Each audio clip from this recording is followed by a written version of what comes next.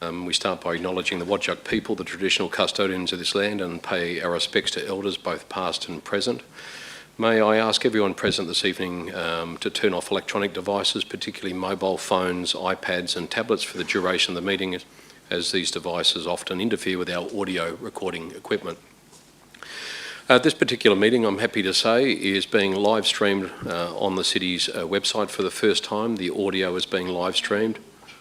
Can we just keep the noise down, Councillor, please? You've interrupted me already in the meeting, so could you just please keep the noise down? By being present at this meeting, members of the public consent to the possibility that their voice is being live streamed to the public over the city's website. The remainder of the disclaimer this evening can be seen on the screen. I understood there were some students coming from Fountain College. They haven't yet arrived, but they may at some stage. At item 2, attendance, the full council is here. Apologies, there are no apologies at item 2.1. Approved leave of absence, there is none. Disclosures of interest, declarations of interest at item 3. I might ask the CEO, Stephen Kane, to please read those to the meeting. Thank you, Mr Mayor. We have 2 declarations of interest tonight. The first is from Councillor Sweeney in regard to CC 03921. It is an impartiality declaration. The second is from Mayor Hall in regard to Notice of Motion 00721. It too is an impartiality declaration.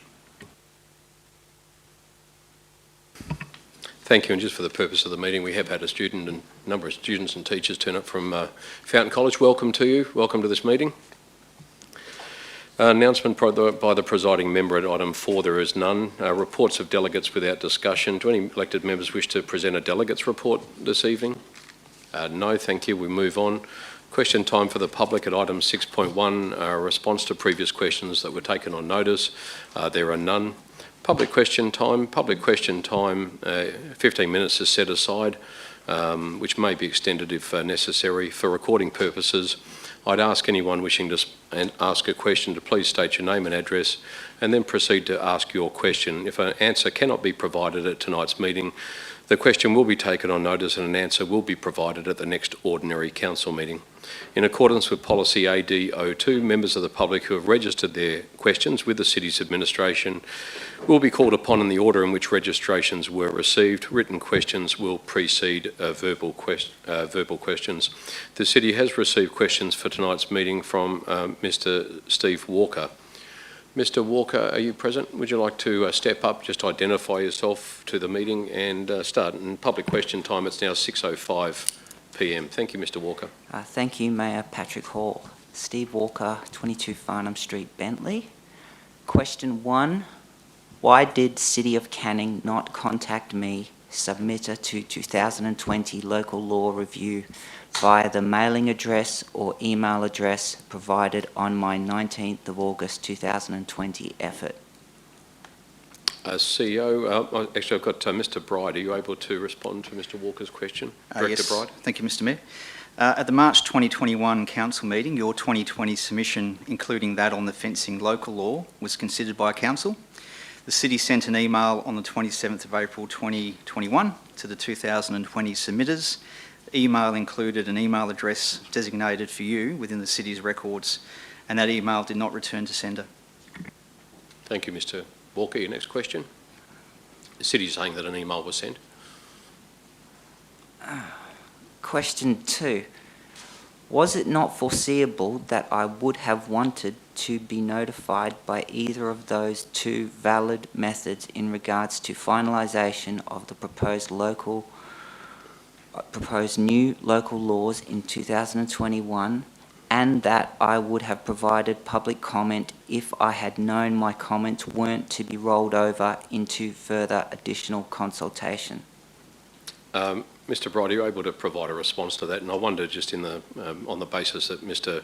Walker says that he didn't, it appears that he may not have received the city's response in April. Are we able to resend it to him, nevertheless, after the fact? Certainly can do that, Mr. Mayor. And in response to question 2, your comments were considered by council as part of its 2021 March resolution. The city has followed its statutory consultation requirements under the Local Government Act 1995 when making local laws, which included providing statewide and local public notice. exhibition of the local laws at the City's Administration Building and Library, publication on the City's Your Say webpage, and providing messages on the opportunity to comment via social media posts. It should also be noted that the local laws advertised during the 2021 consultation period had minor changes and were almost identical to the laws presented in 2020. The Act requires the re-advertising of local laws where changes are made, although it is noted they are of a minor nature. Mr Walker, do you have a final question? Yes. Did you want that email resent to you from April? No? Yes or? I gave a mailing address, I gave an email address. That's okay, Send but it. did you want it resent Send it. or not? Hey, send it. Terrific, okay. Your final question? Question 3. In regards to residential overheight fences needing administrative approval from City of Canning, give detail from 2017 to 2019 of total numbers per individual suburb, plus whether they were existing homes or new builds or rebuilds, existing owners or new owners, occupiers or investors. Director Bride. The City has issued 21 overheight fence approvals between 2017 and 2021, comprising 1 in Canning Vale, 1 in Cannington, 2 in East Cannington, 2 in Ferndale, 2 in Linwood, 1 in Riverton, 2 in Rossmoyne, 1 in Shelley, 1 in St James and 8 in Willerton. The vast majority, if not all of these, were related to existing houses, existing homes. Thanks very much for coming along, Mr Walker. Appreciate it. Got questions here on my list from Marnie Aldridge and Richard Aldridge. Mrs Aldridge.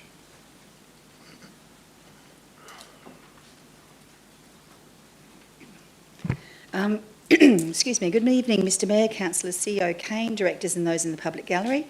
My name is Marnie Aldridge and I live at Minota Avenue in Shelley. At last month's OCM, I attempted to ask a question which I felt I need now to rephrase. Yes, I incorrectly said budget meeting when it was a warrant listing, and I used the term private detective instead of private investigator. So fair enough, detecting, investigating, potato, potato. Councillor Barry put in on the 15th of June a question about a warrant listing, and it was put on notice. So I could probably assume that it was 2 months ago that an answer was given to him, so I'm hoping this will not be put on notice. So through you, Mr Mayor, could Acting CEO Kane please answer the question that, can you please explain what the warrant listing, private investigator warrant listing 033401 supplier 12532 for Shane Hogan for audit and assurance services for the amount of $3,666.96 using ratepayers' money was used for? You realise that that matter is being discussed by Council tonight. There's a notice of motion from Councillor Barry. Yes. You know that? Yes. So outside of that Council decision, you'd like your own. So you're going to be discussing it tonight and what it was for?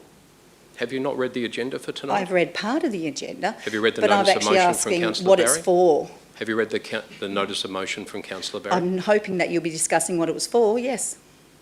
That's not what I asked you, but Director Kane, are you able to provide an answer for Mrs Aldridge? Oh, sorry, CEO.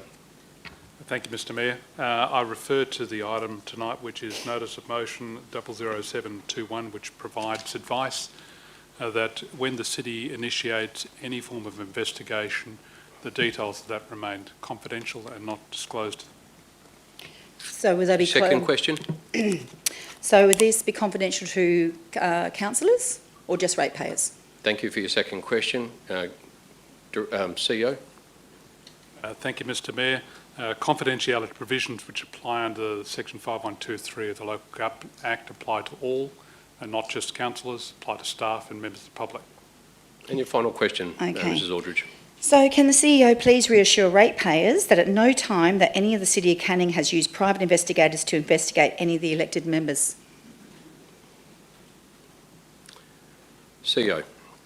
Thank you, Mr Mayor. I can simply state that it is not a function of the administration to initiate investigations which may fall under the jurisdiction of the Crime and Misconduct Act or the Local Government Act in regard to standards panel complaints. Okay. Thank you, Mrs Aldridge. Pleased to hear. Mr Aldridge.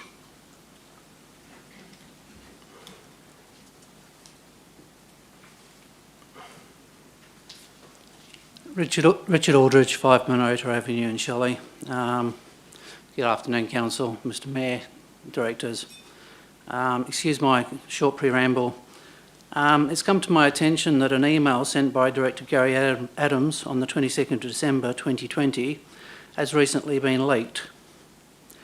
This email was CC'd only to the councillors and the directors, and one of these recipients has leaked this information. The contents of that email have been edited and republished along with other slanderous material and sent to an unknown number of Rossmoyne, Riverton and Shelley Ratepayer Association members. That letter is signed... I'll just get you to ask your question, please. Sure. That letter is signed by Wayne Teo, Pat Coffey and Vicky Thomas.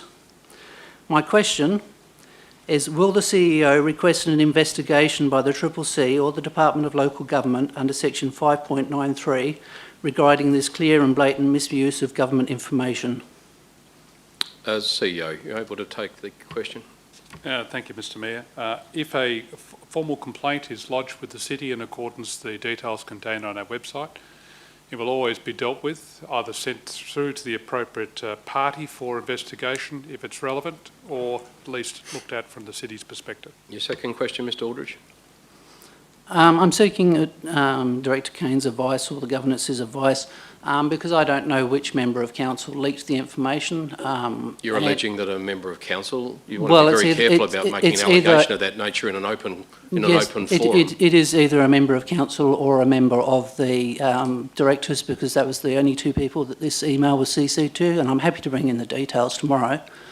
My advice... If you're going to make a complaint, I think you should make a complaint. I don't think you should be making unfounded claims in an open meeting, in a public forum. You'd be aware of, I don't need to counsel you on legal obligations, but be very careful what you're about to say, Mr Aldridge. So if you have a question, ask it. My question is, how am I best going about triggering an investigation on this? I'm not sure it's up to the CEO to provide advice to you, but I'll ask him to address your question in broad terms. Thank you, Mr Mayor. Mr Aldridge, I could refer you to the Crime and Corruption Commission's website, which has a process by which any allegation of serious misconduct can be lodged. You would have to provide all necessary documents directly to them, and it would be up for the Crime and Corruption Commission to make a decision as to whether it's going to investigate the matter or not. Thank you. Final question, Mr Aldridge? Thank you. My final question is along the, well, it's actually identical to my wife's question, and that is, has the City of Canning ever investigated or paid for a private investigator to investigate a elected member? And since that question has already been It answered, wasn't answered. Well, Just a simple you just yes or no, I please. won't have you argue with me, Mr Aldridge. Sit down. You've asked your question. I'm ruling it out of order. You've asked the question. You just said it was identical to your wife's question. It's been Well, no, I'm requesting a yes or no answer. Sit down, Mr to it. Aldridge. I'm asking you No to sit down. simple If yes you or won't no? sit down, I'll ask you to leave. Thank you. Are there any other questions from the public gallery? Thank you, everyone. We'll close public question time at 6:17 p.m. Thank you. We'll move to the confirmation of minutes. So the minutes of the ordinary council meeting held on the 20th of July 2021 be confirmed as circulated. The recommendation, councillors, is on page 2 of the agenda and now appears on screen. Can I have a mover and a seconder, please? A mover. Councillor Bain, thank you. Seconder. Councillor Sweeney, thank you. Councillors, let's put the matter to the vote.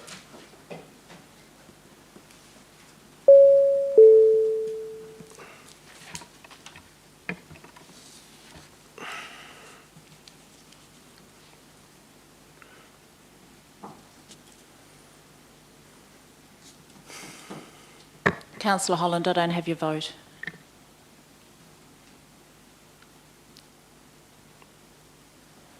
The motion to confirm the minutes from the July OCM has been carried unanimously. It's 11 in favour. Thank you, Governance. We move to item 8 on tonight's agenda, receiving of petitions, presentations and deputations. At item 8.1, petitions, we have a petition from a Miss A. Peebles of Tia Place in Willetton. The City received a petition containing 14 verified elector signatures from Miss A. Peebles regarding the placement of a left turn only exit sign at the drive-through Kiss and Go area at Rostrata Primary School on Glenmoy Avenue in Willetton. The prayer which reads, "We being citizens of the City of Canning hereby petition that the Council will take note of the wishes of we the citizens insofar as we request This is a petition for a left turn only sign exit point at the drive-through Kiss and Go area at Rostrata Primary School on Glenmoy Avenue. We have found the parents, caregivers at Rostrata Primary School do not give way to us coming out of Tia Place, which can be and will be dangerous and cause an accident. There is also the shopping centre entry exit right next to the school area and directly across from Tia Place. Will also help ease the congestion of people turning right out of this area and then going on to Rostrata Avenue, as it already is congested both ways as parents try to enter the drive-through Kiss and Go from both directions on Rostrata Avenue, or people says existing, but it would be exiting the Rostrata Shopping Centre car park, as neither people give way out of these areas. End of quote. The recommendation, councillors, is on the screen that the petition be received and referred to the CEO for action.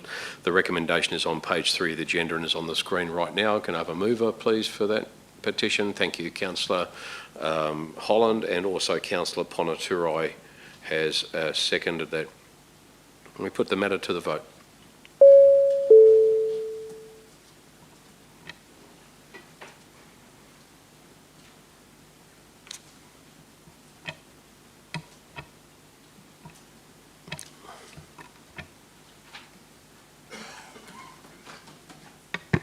Petition 1 has been carried unanimously with 11 in favour. I've received a second petition, appears to be from the same person, Miss A. Peebles, Tia Place in Willerton. We, being citizens of the City of Canning, hereby petition that Council will take note of the wishes of the citizens, as we request to elevate the issue of illegal and dangerous parking by parents at the adjacent Rostrata Primary School, and to make it easier and safer for us residents and our visitors to be able to enter and exit Tia Place safely. We propose to install no parking signs on each corner of Tia Place and Glenmoy Avenue, with school hours only between 8 a.m. and 9 a.m. and 2 p.m. and 4 p.m, with the arrows to be pointing towards Glenmoy Avenue, so we can still have guests park in our street during these hours if need be. End of quote. The recommendation is on screen that the petition be referred to the CEO for action. Can I have a mover, please? Councillor Ponaturai, thank you. Seconder? Councillor Sabiri has seconded it. Councillors, can we put the matter to the vote?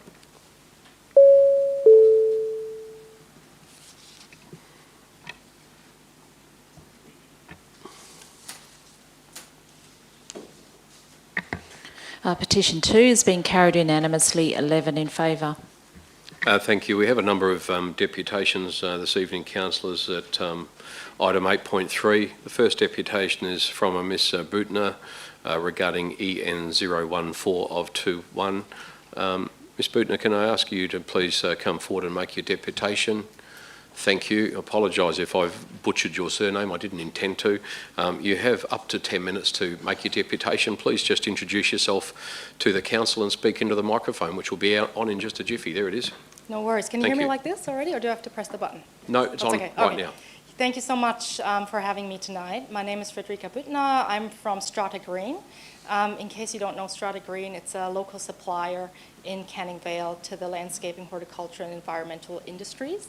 And my deputation tonight is about the fact that we would like to kindly ask for your approval to plant 1 commemorative tree and 10 additional trees in support of your urban forest strategy. And it's our anniversary this year. It's the 20th anniversary of Strata Green, and we've been in the city of Canning Vale, or the city of Canning, for 20 years now. And we wanted to come up with something special this year, and we're brainstorming what we could do, and the idea we had was to plant trees. Our business slogan is also Grow With Us, so we thought the best idea would just be to plant trees. So tonight we'd just kindly like to ask for your approval. We'd like to plant them in a local area that we could also use it for our team meetings, to go there together, have our team events, barbecues, and so on. And over the course of time, over the next 10 or 20 years, hopefully as the business grows, we can see how much the tree grows as well. And on the other hand, of course, we would also like to use it to promote ourselves. We're going to have an anniversary event this year on October 22nd, and everyone's invited to join, visit Strata Green in Canning Vale on that day. And yeah, we're hoping that other businesses will follow suit, and possibly it's a good idea for other businesses to get involved as well, to contribute to the greening of the community and contribute to your forest strategy, and your goals are also in line with our business's goals to reduce our carbon footprint. So we've been taking a few steps in that direction as well, and we've been working with local suppliers and businesses to reduce our carbon footprint so far, and we have achieved quite a bit so far, and this would just be the next milestone, a next step, even though it's just a small step, but we know you need to take a step to go somewhere, so this is a nice point where we'd like to start. And yeah, we really appreciate if you could approve our project, and yeah, thank you so much. Let me know if you have any questions. Yeah, thank you. Terrific. Thank you very much for Thank you. coming along this evening. Look, I propose to bring that matter forward, so I think it can be dealt with fairly expediently, and I'll bring that forward early into the meeting for you if you're planning to stay around. Thank you for coming in, and congratulations on the 20-year anniversary of Strata Green. The second deputation has been approved for Mr Serran regarding item CC 040 of 21. Mr Serran, would you please make your way forward if you're here? Thank you very much. Just introduce yourself to the council, and similarly you have up to 10 minutes to make your deputation. Thank you. Okay. Thank you, Mr Mayor. For the record, my name is Becca Serran from 21 Civic Gardens, Cunnington. I'd like to start by good evening to Mr Mayor, yourself, the councillors, the Executive Committee and the visitors in the public gallery. I would like to firstly thank the council, thank the city, sorry, for this opportunity to talk about our association and our plans. Thank you.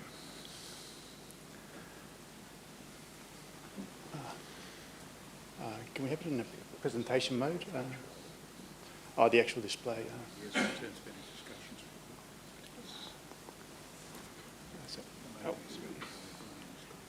Just F5.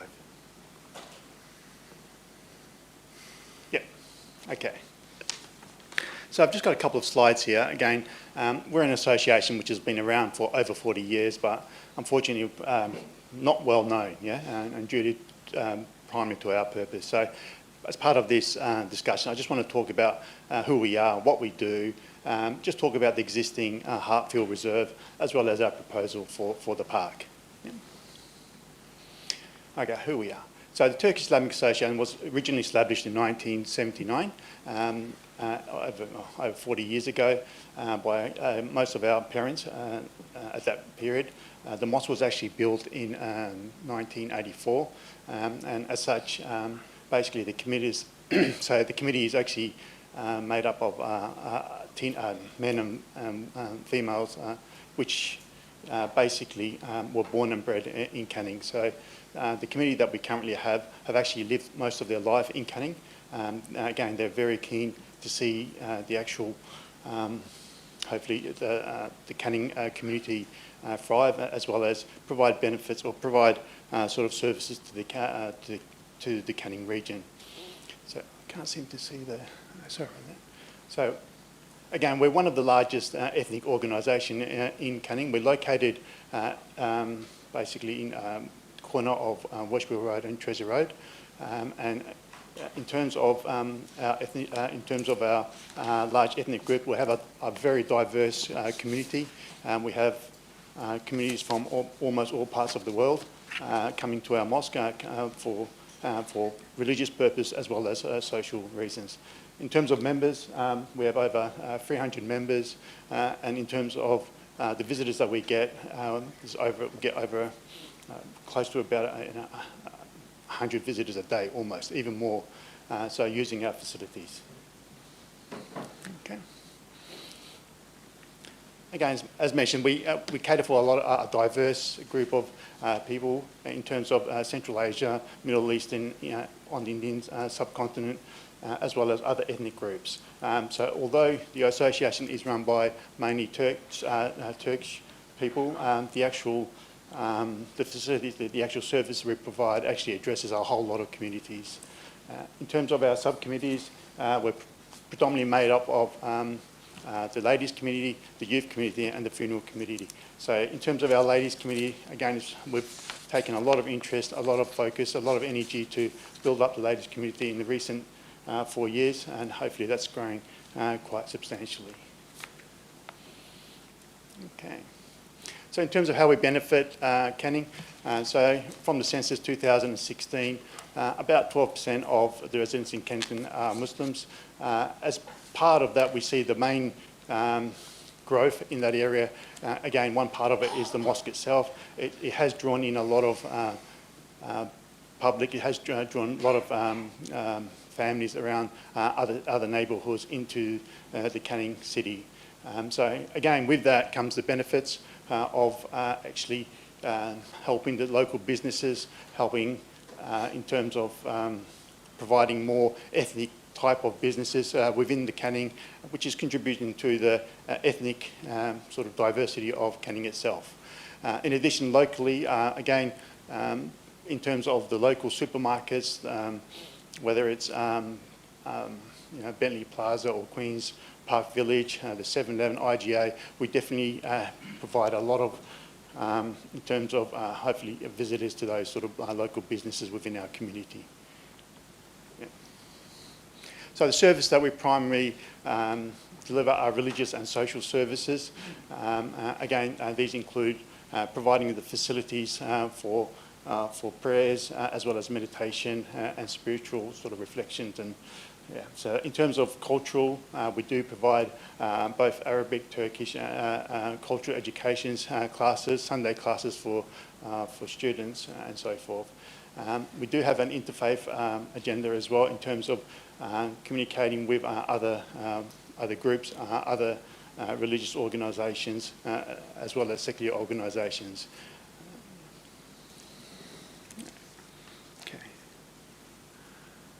So other services that we provide, again, family assistance, local and international fundraising, which I'll go into a little bit more detail, as well as women empowerment, leadership for youth leadership, as well as birth, deaths and marriage ceremonies. Okay, so one of the international sort of fundraising we did recently is for the bushfire appeal. Basically, a number of Turkish sort of run mosques have collected over $14,000 for the bushfire appeal, and basically we contributed 3,200 of that to this appeal. So that a cheque was written to the Queensland Fire and Service in December 2019. Okay, Indonesia. In 2000 and I think it was 19, I can't remember exactly. Basically, when the earthquake happened in Indonesia, Lombok, we raised a campaign to actually raise money and also to personally or to actually go to Indonesia and distribute food and essential needs. So it was pretty much organised by the association itself. We raised over $19,000. A couple of community members, including myself, went to Indonesia at our own expense and distributed over 3 trucks full of rice for the victims victims of the earthquake.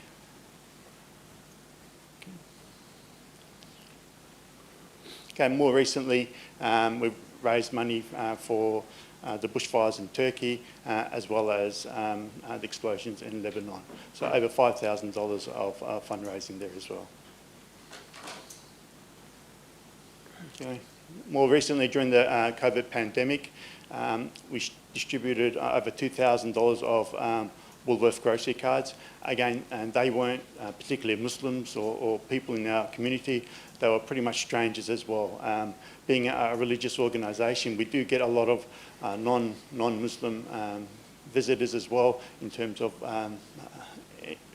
pretty much when they come for need as well. So we've done that during the COVID period, where we've distributed grocery cards, as well as a couple of students which came into Australia as students and working as part of their, helping with their studies.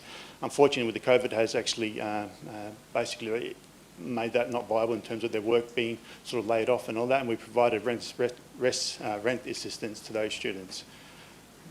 As well as, again, we have a lot of non-English speaking community members, and we provide pretty much a communication gap between the government's instructions to the non-English speaking families and community members. Okay, other events, again, we've done we run a national mosque day. We invite a lot of local and state officials to those events. It is quite a big event. Again, it just opens the door to the general public. Any questions or any sort of, information that people want to understand or get from the mosques or the committees, or as well as the neighbouring. So during these events, we actually knock our neighbours' doors as well as get their invite them as well to these events. You've got about 40 seconds left. Just ask you to wind up. You've been speaking for about 10 minutes. Sorry about that. Okay, so basically Hartfield Reserve, it's divided into like two sections, and again Hartfield Reserve is actually on our boundary of the mosque. So there's section A, which is predominantly, it's got lighting, it's got facilities there for us, and there's a sort of section B, which is pretty much enclosed in an area where it sees very little light. We have a lot of criminal activities in that area.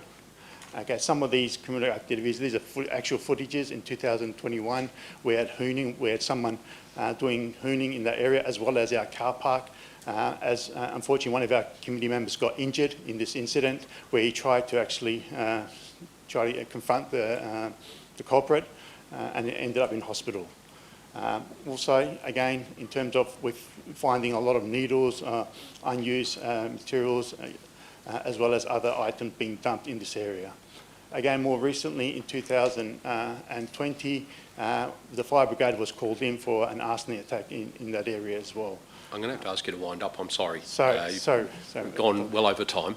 The good thing is that the council's been received a full report for tonight's motion, the recommendation of the council, which is a confidential report to council, but it's comprehensive, and I think we're all fully briefed on what it is that the mosque would actually would want from us. So council's fully appraised of our responsibility. So thank you for telling us a little bit more about your work in the community. It's very commendable, but we do have a number of people waiting behind you to make deputations, so I'm going to have to ask you to finish up there. Okay. All right. 10 seconds? 10 seconds. Okay, so in terms of a proposal, again, we're not there to actually build houses or anything like that. What our proposal for the Hartfield, one section of the Hartfield area, is pretty much creating an environment for families, as well as for the general community too. So the actual proposal is to put a basketball court there, have some trees around that area, so that not just our community also is open to the general public. Again, which is pretty much a theme of our mosque is we've provided facilities not just for our community as well as the whole public. Yeah. Thank you. That was about 10 and a half seconds. Right. Thank you. Okay. Thank you very much for coming along, and I'm sorry to have to wind you up. Appreciate you coming. Mr Walker, I'll ask you to come forward again and just reintroduce yourself to the council. Mr Walker's requested a deputation in relation to item CD 025 of 21. Mr Walker.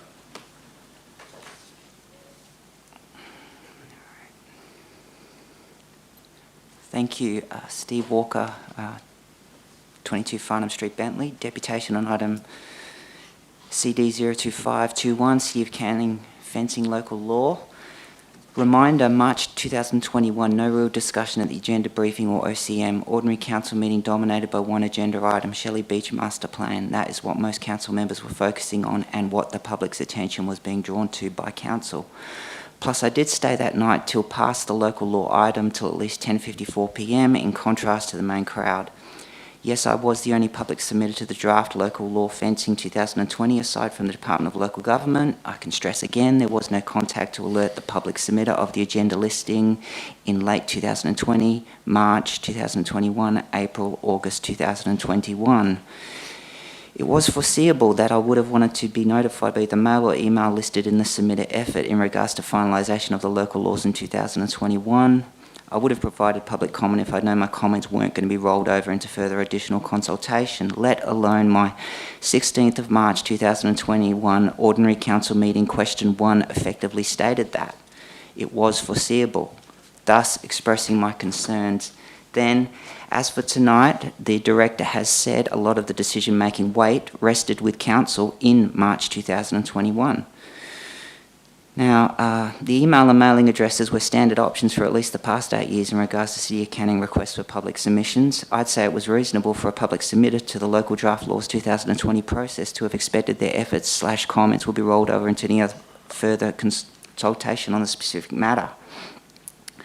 The answer given to question 1 on March 2021 was by the Director, was proposing to recommence the advertising process, and any comments will come back to Council for consideration as part of the final adoption process.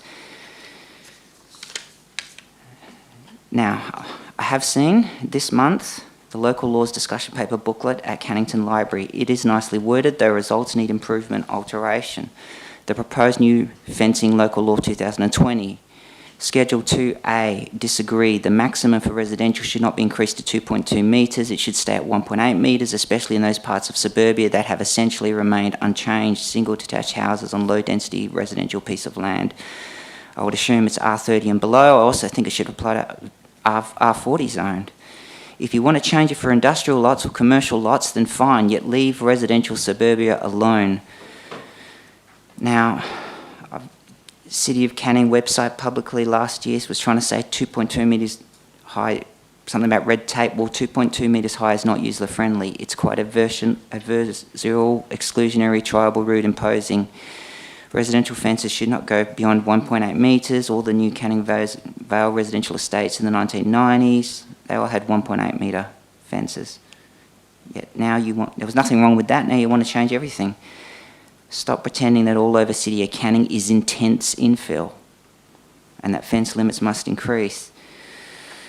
There is no need to change the local fencing law. Now, if there's any appetite for anyone to change anything, then maybe you should just go for the high density pockets of City of Canning, which would be the Canning City Centre redevelopment and the Queen's Park Town Centre redevelopment, where maybe stuff is in extreme close proximity. Now, City of Canning gave the excuse in the March 2021 submitted table of unnecessary approval. I say it is necessary. 1.8 metres is okay to stay as the maximum without approval. That could have been locked in, and there was no discussion at March 2021 Ordinary Council meeting. Reminder, City of Canning staff ignored my changes in the March 2021 item. They made references to taking the changes from the Department of Local Government and from WALGA, with that unviewable to the public, of course. No WALGA effort or template in the March 2021 attachment. Additionally, there was no discussion of side fencing, rear fencing at the August 2021 agenda briefing. Generally speaking, for 2020 and 2021, there's been non-discussion on residential fencing, commercial fencing, industrial fencing. The public wants real discussion by council members, take on the advice, improve the proposed 2021 local law. Now to the current agenda item. Page 101, point 3D, consultation has also included emailing the original submitters that provided comments during the 2020 consultation period, notifying them of the consultation period. Exactly, original submitters. Now the intended agenda item doesn't draw attention to, but Schedule 2 specifications for a sufficient fence on a residential lot 1A, minimum 1.8 metres, maximum 2.2 metres, and Schedule 3 specifications for a sufficient fence on a commercial lot or an industrial lot 2A are the same. There is no difference among them. In the August item, there's no talk of industry negotiating. Clearly they are the ones doing it. Where is the acknowledgement of that? Don't hide it. Dare I say many times the industry does the deciding. Sustainability, point 14, more metal, more panels, more brick, more stone, more timber, more raw materials, more cement, more metal posts. That is what is being encouraged and being encouraged by your proposed local law, yet your current item still doesn't want to acknowledge it. Point 15, don't agree with best practice by WALGA. Any notion of a WALGA template, it's not listed online by WALGA or City of Canning for the public to see, further adds to the unproven argument by City of Canning. Attachment 2, information summary on the Your Say Canning webpage. Very concerning. 2, discussion paper downloaded. 2, I think that should have been a real worry to council members reading the August 2021 agenda papers. Should have been a worry to staff in May and June. Clearly there was a failure in reaching out to the community. Heck, the COVID virus situation might have been a factor. Page 106, Department of Local Government submission. They got your proposed local law, not the March 2021 agenda item and not my submission to the 2020 proposed local law fencing. If so, you do not want them to see my effort. At the very least, the March 2021 agenda item would have revealed it. I wonder now if you are going to send them the August 2021 Ordinary Council meeting agenda item. No mention of that by any officer, yet has been indication from your discussion paper and your agenda item that after your anticipated total approval by council members, and you will be sending it to the approved new City of Canning 2021 local fencing law directly to the Minister and Joint Standing Committee and informing the Department of Local Government you have done that.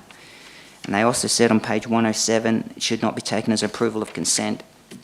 Now, in regards to fencing panels, aluminium, timber, plus other materials, builders upsell this stuff, how the industry of suppliers, manufacturers, builders, etc. upsize and upsize and upsell for their industry, how the additional profiteering has not been acknowledged, not spoken of.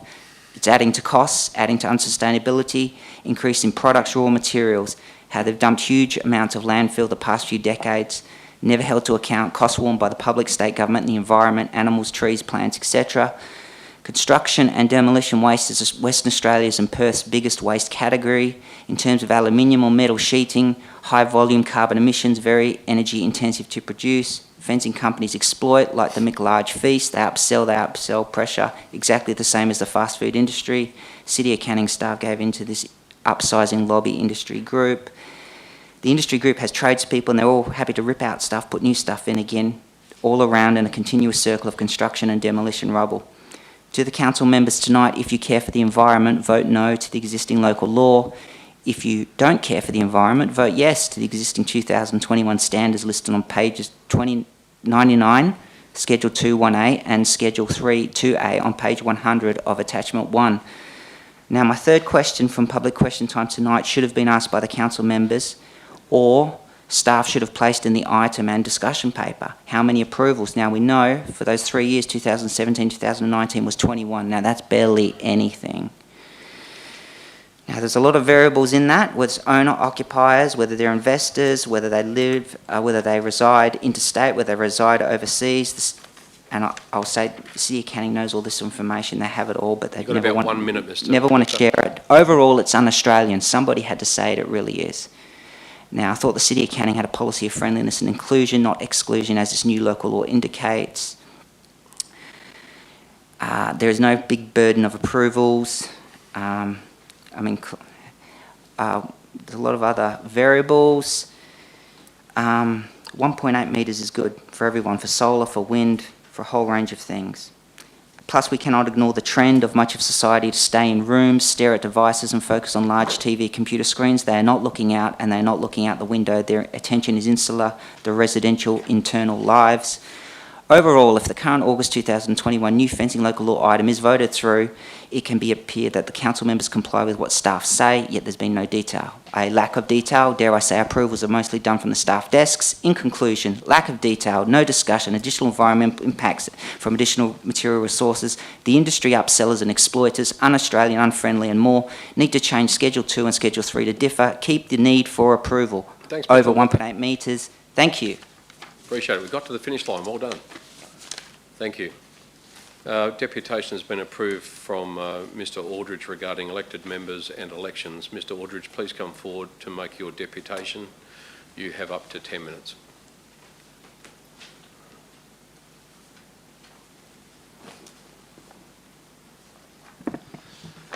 Good afternoon, councillors, directors, Mr Mayor. When I first came to council, I didn't really appreciate the fact that the City of Canning is a body corporate and that it's a legal entity unto itself. And the city is actually defined and controlled by the legislation that's within the Local Government Act of 1995.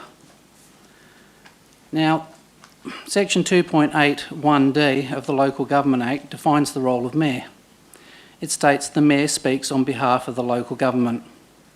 It's the law.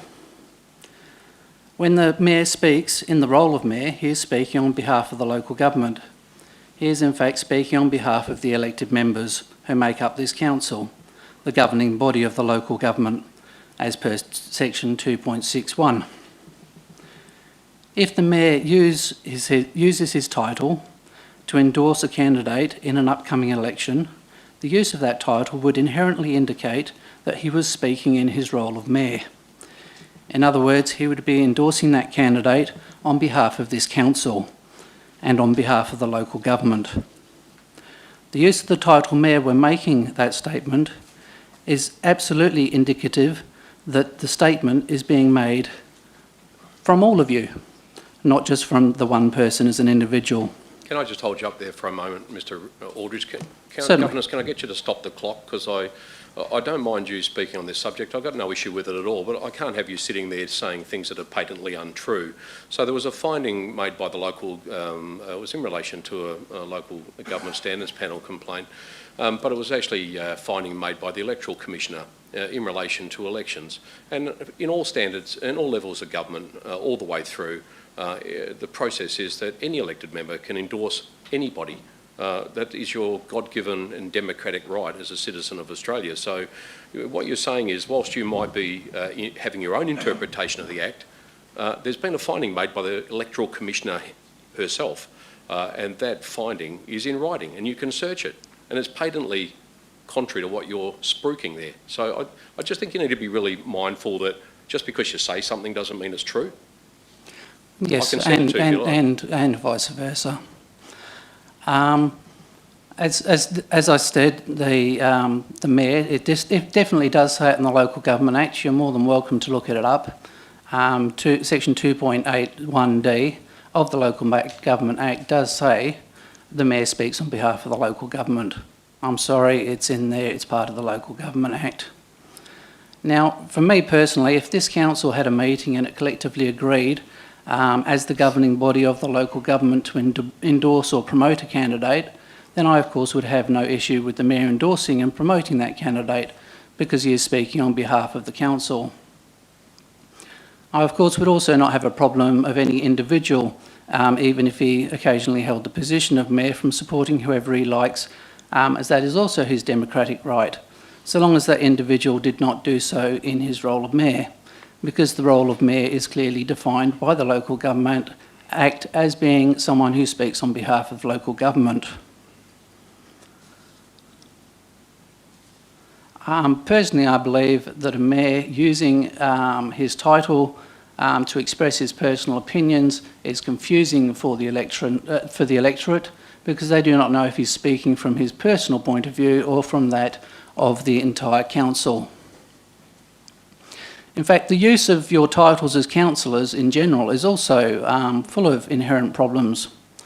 While the Department of Local Government have in the past made it clear that it is not considered inherently improper to promote a candidate, if the promotion of one candidate disadvantages the other competing candidates, then that's a different matter because you're causing them a competitive detriment, and that could be found to be inherently improper. It is now established beyond doubt too that your @cityofcanning.gov.au email addresses are City of Canning resource. And How has that been established beyond reasonable doubt? It was found, it's a finding I think it's SP 034. It's being challenged, but the finding has been made. I can send you the paperwork. I'll send it to all the councillors if you like. So all council Facebook pages and social media should contain your @canning.gov.au email addresses to allow for the capture by city service for correspondence sent to you in your role as councillors as required by record-keeping acts. So if your councillor Facebook page contains your councillor email address and it is used for candidate promotion, then you would be indirectly misusing or potentially misusing local government property. In short, I believe that you cannot use your councillor or mayor Facebook pages to promote candidates or for any other private use. You can, of course, use your private Facebook pages as much as you like, but then, of course, these should be free of City of Canning resources anyway. or they could also be considered a misuse of the resource. What I'd really like is that there's been changes of codes of conduct, and basically from what I understand, and I could be wrong, I normally am, that at the end of the day, this council will be making decisions about breaches made by its fellow council members. I think that's inherently got problems, but I won't go into that. So what I'd really like is for CEO Kane is to receive advice from his government's team that absolutely clarifies what candidates can do and what candidates can't do, and councillors can do, and the mayor can do and can't do, especially on social media platforms, especially when it comes to the upcoming elections and the promoting of candidates. I believe that by clarifying what can and can't happen, then you'll all be on the same playing field. And I don't care what that playing field is, as long as it's known to all candidates and all candidates have an equal opportunity. And that results in one of two things. Either every councillor here can use their positions entitled to promote and endorse candidates, or none of you will be able to. Personally, I think having some councillors supporting one candidate while others supported another is likely to lead to the increase of factionalism and block voting, and we know that that is detrimental to local government. Factions and block voting in the past have been the key issues that have led to the downfall of previous canning councils, according to the Kendall report, and I believe that a clear message from Director Kane, who writes a letter to every candidate, making it crystal clear in writing what the use of government resources can and cannot be, and the use of government titles in regards to social media and promoting candidates in the upcoming election, will enable that not to happen. Thank you very much for your time.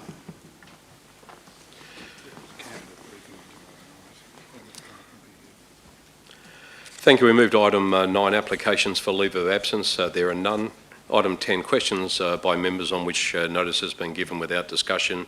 There are none this evening. Items brought forward for the convenience of those in the public gallery. There will be none this evening. No, I'm not. The lady's left the chamber. She left immediately after her deputation, so she has left. And the other item, we have people of interest in the chamber, is a matter that will be dealt with under confidential cover. Reports of committee meetings at item 12, there are none. Reports at item 13. First reports are from Mr. Stephen Kane, from the Office of the CEO. There are none for that directorate. At item 13.2, the responsible officer being Director Warren Bowe, to my right, to your left, the Director of Canning Corporate and Commercial. That is in relation to CC 039 of 21, the monthly financial report for July 2021. Councillor Sweeney, you wanted to make a declaration in relation to that? Yeah, thank you, Mr. Mayor. I do have a conflict of interest. I'm actually a member of the Willetton Basketball Association, so it is my choice to leave the room, and I should be doing that. Thank you, Mr. Mayor. Thank you. Then you need to leave the room if that's what you'd like to do. Now, again, say for the sake of the record, there's absolutely no reason for you to leave the room for being a member of an organisation.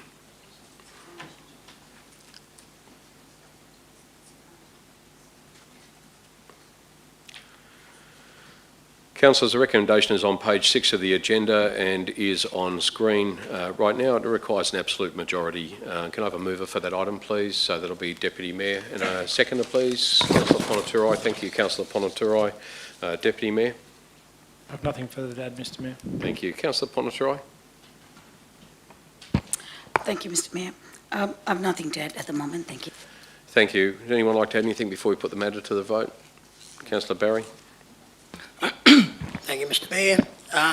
Just a question, will we be separating those items which require an absolute majority or not? I don't think there's any need to, unless I hadn't intended to. I think we're going to Oh, it's just that there's one item I would want my vote noted, but I mean, I don't want to say no to all of them. You can certainly put that on the record now if you'd like. I mean, you could speak against that particular item, and then it's at least noted on the record, public record, that you were not in agreement with one of the items. Yep, that would be number 7, Mr. Mayor. Okay. Okay, and a couple of questions. I did ask a question at the AB and it was answered in relation to the Bentley regen. Thank you. And just another question to follow that. I think the answer was that I asked, where was the money gone? So the question I ask now, does that money, because I doubt whether we've paid it before the job is complete, does that money of the Bentley regen, is that sitting in the cash and cash equivalents of page 19 of the City Statement of Net Current Assets?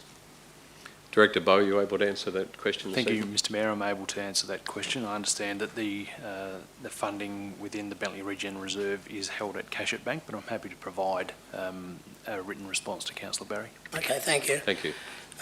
Just in relation to point 7, I'm just wondering, because in point 7 it says from the community approves the budget amendment to the 2022 budget by allocating 253,000, etc., from the community sporting facility pursuant to 6.8 of the Local Government Act.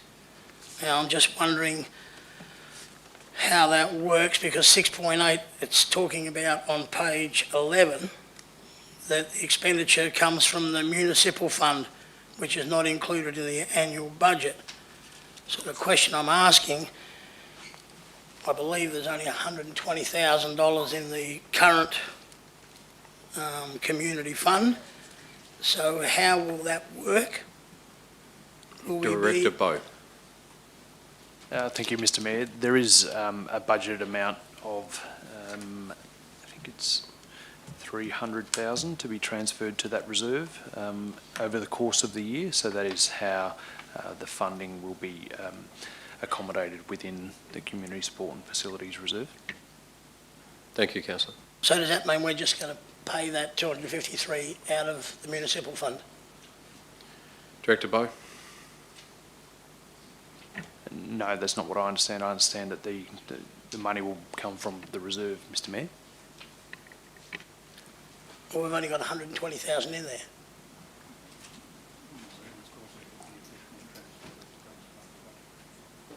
Director. I might ask the CEO to answer that part, Mr Mayor. CEO Kane. Thank you, Mr Mayor. No, as part of the budget, as an allocation of some, I think it's $300,000 that comes in as part of one of the standard transfers we make. So there will be sufficient funds in the reserve to be able to make this particular payment. And the other question in relation to point 7 is I'm just wondering why it doesn't state that it's that sum of money is going to the Willetton Basketball Club or Association, because essentially that doesn't say what the money is being used for. Director Bowe. Thank you, Mr Mayor. In my copy of the agenda, the last line in part 7 of the recommendation reads to facilitate a loan to the Willetton Basketball Association, Inc. And so does mine. Which one is that, on 7? On point 7, the last line of it says to facilitate a loan to the Willetton Basketball Association. No, it doesn't say it on mine. Well, That's okay. Well, it does actually say it in there, so you okay with No, that? yeah, that's fine. Okay. So other than that, so the other question I had was that if it's 253,000, is that just the debt that wasn't paid back to the city? Director. And the ratepayers paid it? Yes, that's correct, Mr Mayor. So it's for nothing else, it's not for operational matters or anything like that? Director. No, it was the outstanding balance owed by the Willetton Basketball Association to the city at the completion of the construction project. Okay, thank you. Thank you, councillors. Let's put the matter to the vote. There's no need for any rebuttal. Thank you.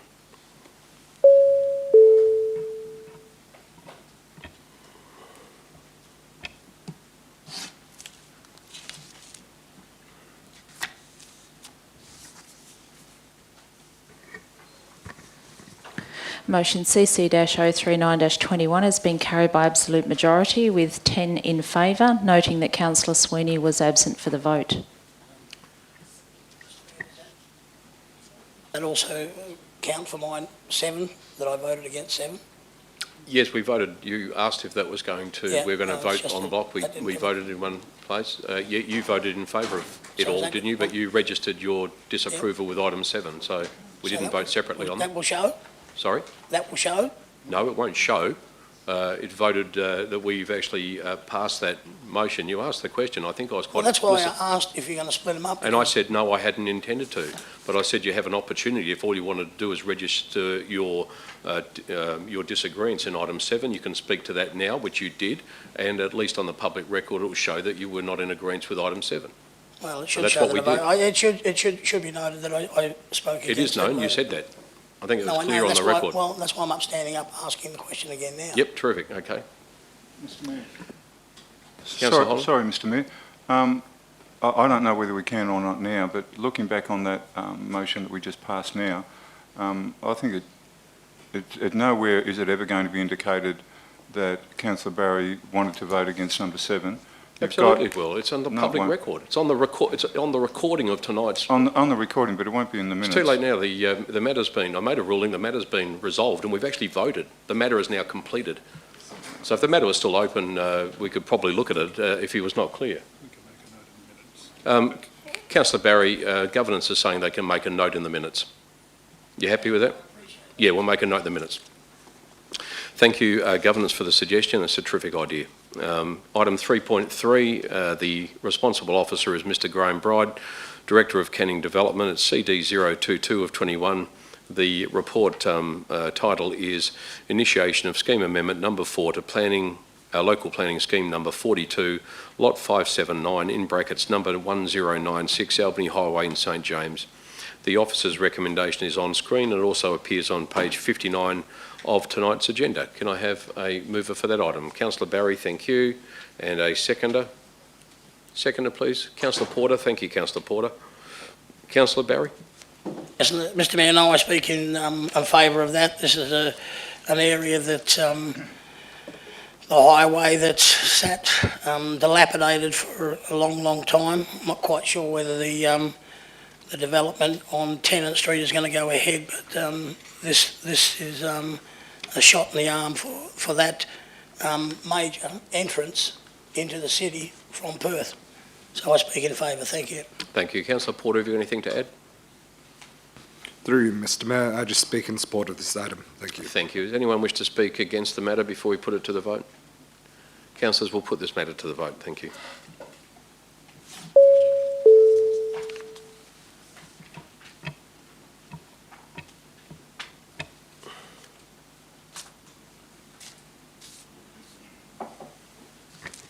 Motion CD-022-21 has been carried 10 in favour, noting that Councillor Ponathurai is absent for the vote. Councillors, we move to item CD 023 of 21, the title of the report being Initiation of Scheme Amendment number 5 of Local Planning Scheme number 42 for Lot 4, Fern Road, and Lot 100 and 102, Castledare Place in Wilson. The recommendation is on page 76 of the agenda and is also on screen. Can I have a mover for that item, please? Councillor Barry. Councillor Kunzer is the seconder. Councillor Barry? Yes, I speak in favour of it. It's been 100 years in the making, so well done eventually. Thank you. Thank you. Councillor Kunzer, anything to add? Yes, I speak in favour of the officer recommendation. I think it's reasonable and orderly planning by Castledare, and it provides a significant benefits to the community, most notably as staff highlight the securing of the 12 hectares of adding to the Canning River Regional Park and providing some certainty there. Also, I guess providing an avenue for more funding for the train track, which is fantastic. So I think that the proposal is something that's quite reasonable, and commend the developers for how they've come up with that, and look forward to this progressing. Anyone wish to speak against it before I put the matter to the vote? Councillor Bain. Yes, thank you, Mr Mayor. I'd like to move an amendment. I believe governance has it at hand. Thank you.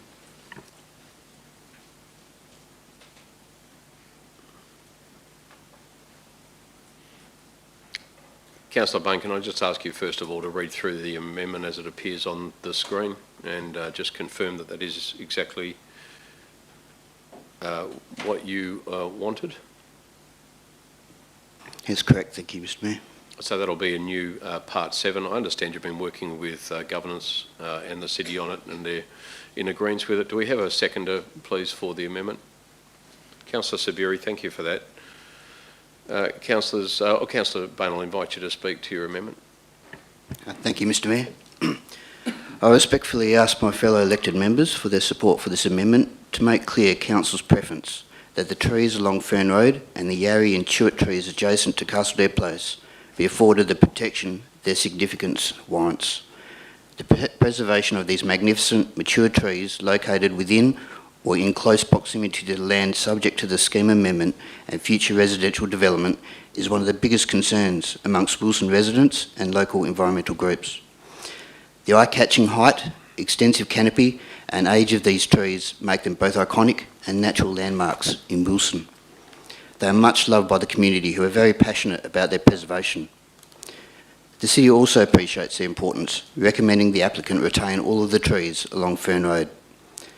The large Chewett tree adjacent to Castledale Place is a superb example of its species, which is now considered to be critically endangered on the Swan Coastal Plain. As one of the very few Chewetts left in the area, every measure should be taken to preserve it. These trees are of high environmental value, providing habitat for nesting and roosting, and are a food resource for a variety of birds and insects. Their protection is consistent with the principles of our local biodiversity strategy, urban forest strategy, and the fifth pillar of the sustainability policy, that is, a commitment to protecting environmental integrity and biodiversity. The intention of the letter is to ensure that the applicant has heard not only from the administration on the matter of the trees, but also the council, the elected representatives of the community and ultimate decision makers. Giving advance notice of council's position on the trees can assist the applicant in finalising and submitting a local structure plan and tree retention plan which meets council's expectations before it makes a determination on them next year. It is best to let the applicant know now of council's preference, so engineering design can go ahead with a tree retention placing plan that is informed by both the administration and the council. Having such direction will afford the applicant time and opportunity to think strategically now, rather than later in the application process, and to also communicate its plans to protect the trees with the local community. Thank you to my fellow elected members for considering this amendment. I hope that it receives your support. Thank you, Mr Mayor. Thank you. Councillor Sabiri, have you got anything to add before we put the matter to the vote? I don't think there's been an issue. I'm in support of the amendment. Just to, it makes clear what our expectations are when the local structure plan comes to council, and I guess it also provides some clarity around, again, point 25, where to ensure, I guess, how, and I guess again at the local structure plan, how the foreshore reserve is going to be secured and managed, and I guess the interest of the council is going to be secured. Thank you. Thank you, Councillor Sabiri. Councillors, are only dealing with the amendment at the moment. Does anyone wish to speak against it before we put the amendment to the vote? I think we might put the amendment to the vote then, councillors.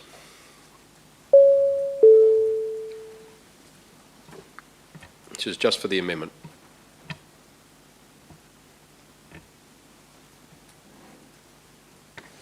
Amendment 1 to CD-023-21 has been carried unanimously, 11 in favour. Thank you. The item introduced by Councillor Bain and supported by Councillor Sabiri was the new Part 7, which now has been passed by Council and becomes this part of the standard motion, which is now a new Part 7. We already had Councillor Barry move that item and spoke briefly on it. Councillor Kunza seconded the matter. Does anybody wish to speak against it before I put the matter to Councillor Bain? Sorry, Mr Mayor, am I able to ask a couple of questions? Yeah, of course you can, yep. Thank you. Just for the city, has a handover date for the Conservation River Reserve to go into the WAPC control been set yet? And if not, would it be possible to confirm with the applicant a timeline? Director Bride. Thank you, Mr Mayor. The actual handover of the land to the West Australian Planning Commission will happen as part of the subdivision process, so that's likely to be a couple of years away. But I can certainly, we are having a meeting with the Commission on Friday, so I can certainly see if there's any firmer date, and I can pass it on to councillors. And can you think of any other examples of similar land transactions and their possible duration? I'm happy to take that one on notice. Director Bright. Yeah, I'll take that one on notice just to get some examples of other WAPC managed sites. Thank you, councillors. In the absence of anyone speaking against the matter, unless somebody needs to speak in favour of it, we might just put the matter to the vote. Thank you, councillors.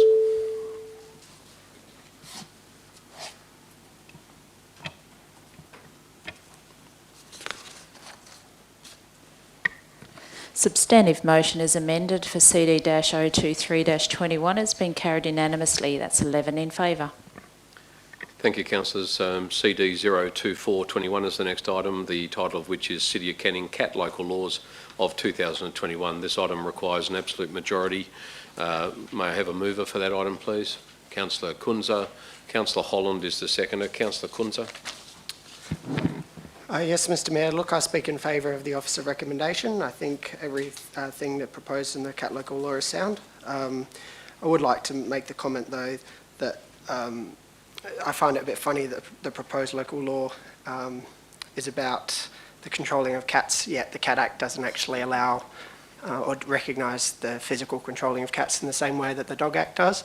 And that whilst I agree that we need prohibitive areas to keep cats out of reserves and parks, if we move as a society towards making cats stay indoors, we need to recognise that they still need to get exercise. So I hope, I've written to the Minister asking for it to be considered, and I hope that at some point the Cat Act is reviewed and, well, the process has started, but it's not really gone anywhere as far as I'm aware, but that provisions are included in the Act to allow or recognise that people use harnesses and leads for cats and actually have the capacity to exercise their cat. As I said in the past, there's some people that do it through Adenia Park, and there should be nothing wrong with that as long as the cat is controlled. So I hope that the Act is reviewed so that at some point we can include it in our local laws and that people are allowed to do it legally. Thank you. Councillor Holland, have you got anything you'd like to add? Nothing, just except that I support the motion and speak in favour of it, but I have nothing further to add. Thank you. Councillors, does anyone wish to speak against the motion? Let's put the matter to the vote.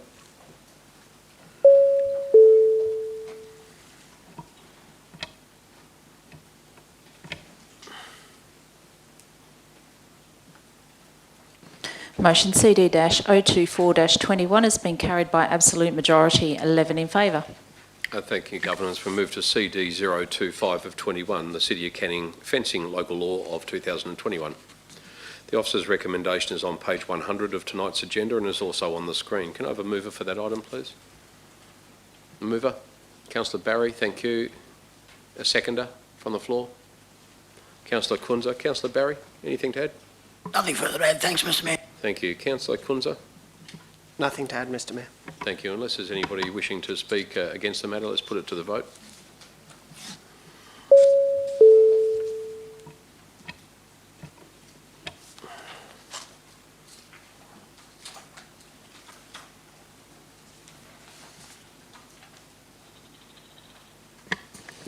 Motion CD-025-21 has been carried by absolute majority with 11 in favour. Thank you. We move to item CD 026 of 21. The title of the report being City of Canning Waste Local Law of 2021. The officer's recommendation appears on page 109 of tonight's agenda and is also on screen. Can I have a councillor please to move that matter? Councillor Barry, thank you. Another councillor to second it? Seconder? Councillor Sweeney, thank you. Councillor Barry? No, I support it, Mr. Just one moment, sorry. I think we need to read it.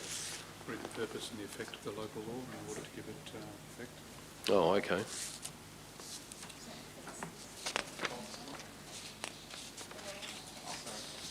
You've jumped in. I think we've jumped the gun there. Sorry to interrupt you. Back up the truck. Thank you, Councillor Barry. Back to you. Apologies for the interruption.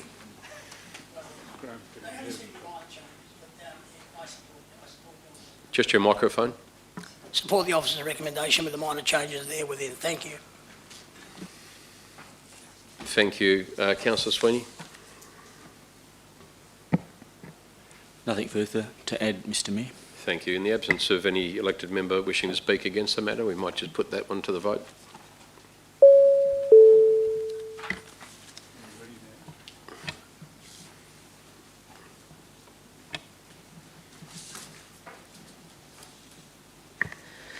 Motion CD-026-21 has been carried by an absolute majority with 11 in favour.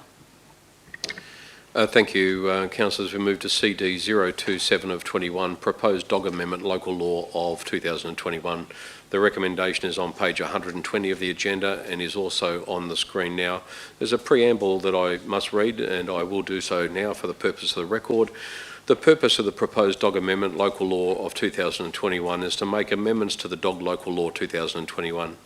The effect of the proposed Dog Amendment Local Law 2021 is to correct typographical errors within the Dog Local Law 2021, including to amend the definition of authorised person, to accurately reference the fee setting sections of the Local Government Act 1995, and to remove reference to the Fencing Local Law 2021, full stop.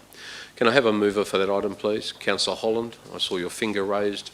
Councillor Sabiri, thank you for seconding it. Councillor Holland. Thank you, Mr Mayor. I speak in favour of the motion, but nothing further to add. Thank you. Councillor Sabiri, have you got anything further to add? No, nothing further to add. Thank you. Thank you. In the absence of any councillor wishing to speak against the matter, we may put that one to the vote. Thank you.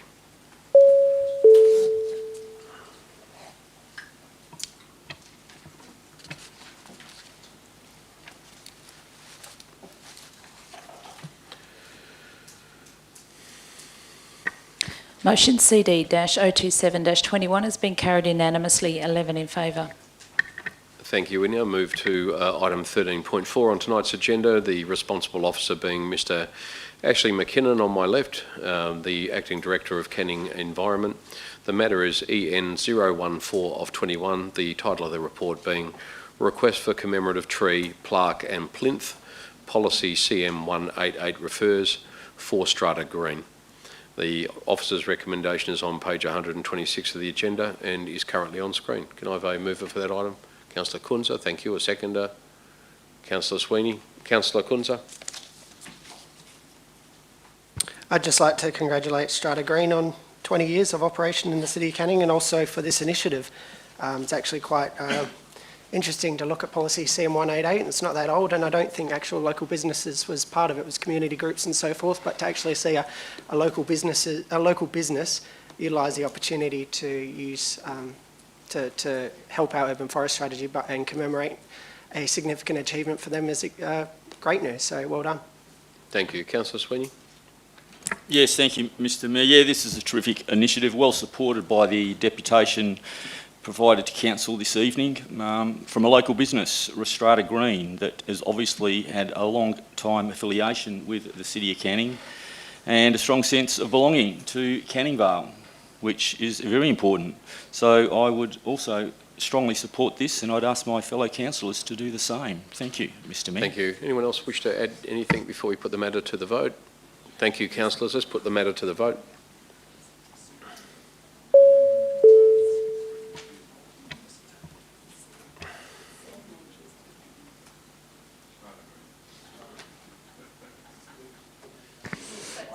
Motion EN-014-21 has been carried unanimously, 11 in favour.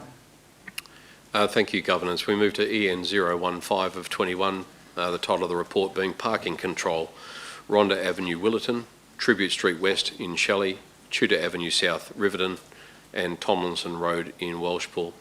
The recommendation is on page 131 of tonight's agenda and is also on screen. Can I have a mover for that item, please, councillors? Councillor Amanda Spencer-Teo is the mover. Seconder, please. Councillor Kunza. Councillor Spencer-Teo. Thank you, Mr Mayor. In the interest of saving time, I'd like to move an amendment now, if I may. Sorry, Governance. Put you under the pressure. We can do that. Have we got the amendment?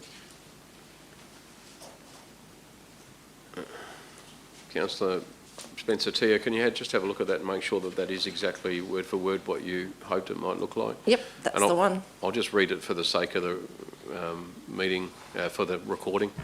That a new Part 2 be added and subsequent actions be renumbered 3 to 5, and that new Part 2 would be Council requests the CEO to review parking controls and traffic habits on Rhonda Avenue, including consultation with residents affected and consideration for parking prohibition signs to be installed on the north side of Rhonda Avenue, and provide a report to Council at the March 2022 Ordinary Council meeting. I understand that the amendment's supported by... I'll invite you to speak to the amendment. Thank you, Councillor. Thank you, Mr Mayor. Yes, the amendment is supported by staff. So I've spoken to a few of the residents at the end of Rhonda Ave, and I've spent some time looking at the issues they face with parents using the street as a drop-off and pick-up area, and it is a nightmare. There have been accidents, confrontations, and residents blocked into their homes because parents have parked across their driveways. Cypress Street and Acanthus both have signs on both sides of the road. Cypress is a far smaller street, so I can see why Rhonda Avenue is popular, but nonetheless, with the upgrades to Webb Street and all the other drop-off and pick-up areas available to Rossmoyne Senior High School parents, this shouldn't be too much to ask for the safety and peace of mind of those living on Rhonda Avenue. This amendment is merely asking for the other side of the road to be considered for no parking signs in March next year. This will give residents and staff the opportunity to assess how the signs are working and to consider changes if it's determined that more are required in that period of time. Thank you. Councillor Kunza? I had you down here as a seconder. You're waving your finger at me. I was trying to indicate there needed to be a seconder, but I'm happy I to had second you down it. as a seconder. I was a seconder for the substantive. No.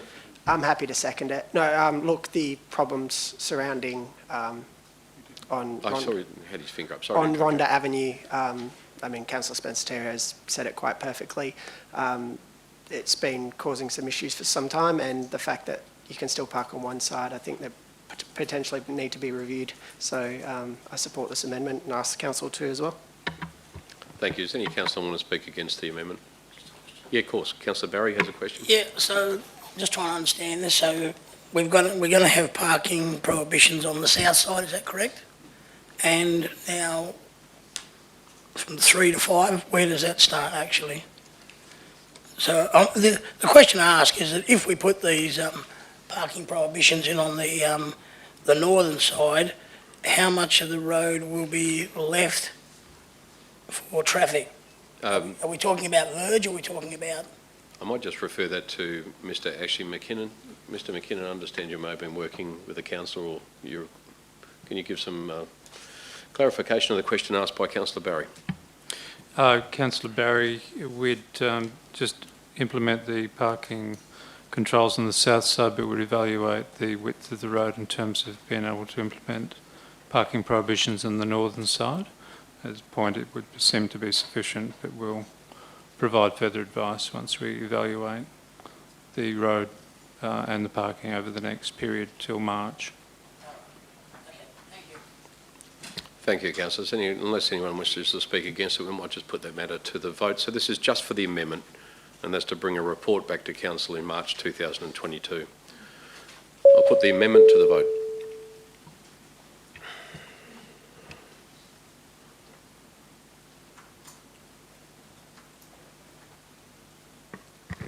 Amendment 1 to EN-015-21 has been carried unanimously, 11 in favour. Thank you.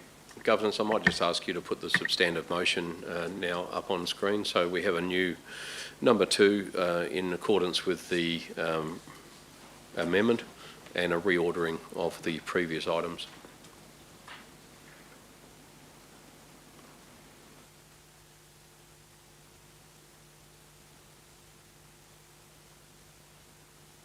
Governance, is that that's it now? Okay, thank you. Councillor Spencer-Teo, you move the item. Councillor Kunza, you second it, the item itself, the substantive motion. Councillor Spencer-Teo, you don't have anything further to add? Thank you. Councillor Kunza, you have anything further to add? Does anyone wish to speak against this before we put it to the vote? Thank you, councillors. Let's put the matter to the vote.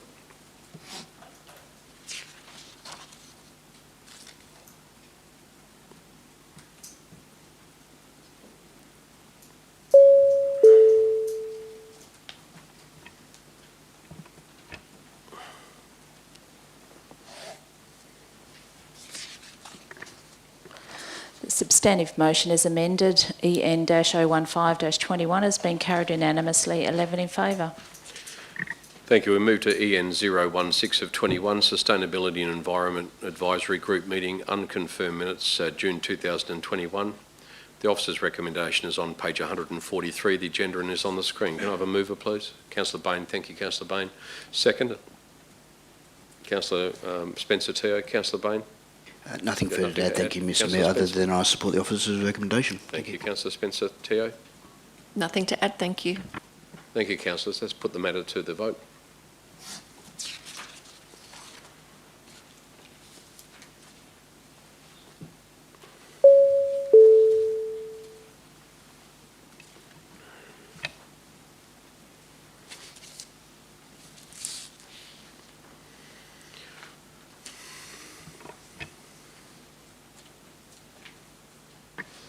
Motion EN-016-21 has been carried unanimously, 11 in favour.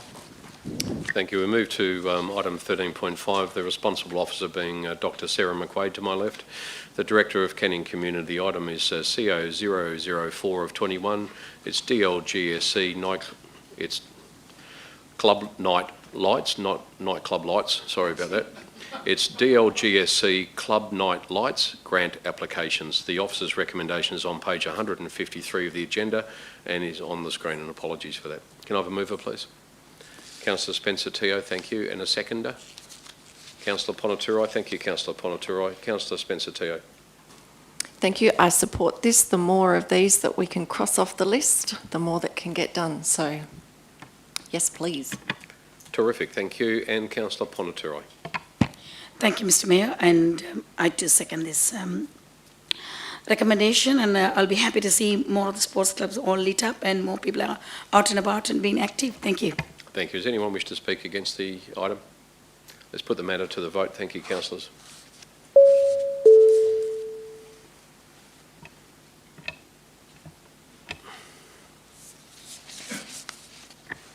Motion CO-004-21 has been carried unanimously, 11 in favour. Thank you. We move to CO005 of 21, CSRFF Annual Forward Planning Funding Round 2022 to 2023. The item is on screen. It's also on page 161 of tonight's agenda. I've got Deputy Mayor Jesse Jacobs will be the mover. Can I have a seconder, please? Councillor Barry is a seconder. Deputy Mayor. Yes, I speak in support of this. This is exciting. This is be good to see how we submit the funding applications, and that would go, if successful, that would be help us with those two spaces that we've got listed here with the Queen's Park Open Space and Hossack Park. So I speak in support of this, Councillor. I think it's very good. Thank you very much. Thank you. Councillor Barry. Yes, similarly, Mr Mayor, I mean, I'm not quite sure. I think we did put in for this earlier on and were unsuccessful, and I would certainly hope that this one actually gets the nod, and there's also a part of the money that will be used on the Maniana Oval side, so I speak 100% in support of it. Thank you. Thank you, Councillor Barry. You want to wish to speak to the item or speak against it? Thank you. We'll put the matter to the vote.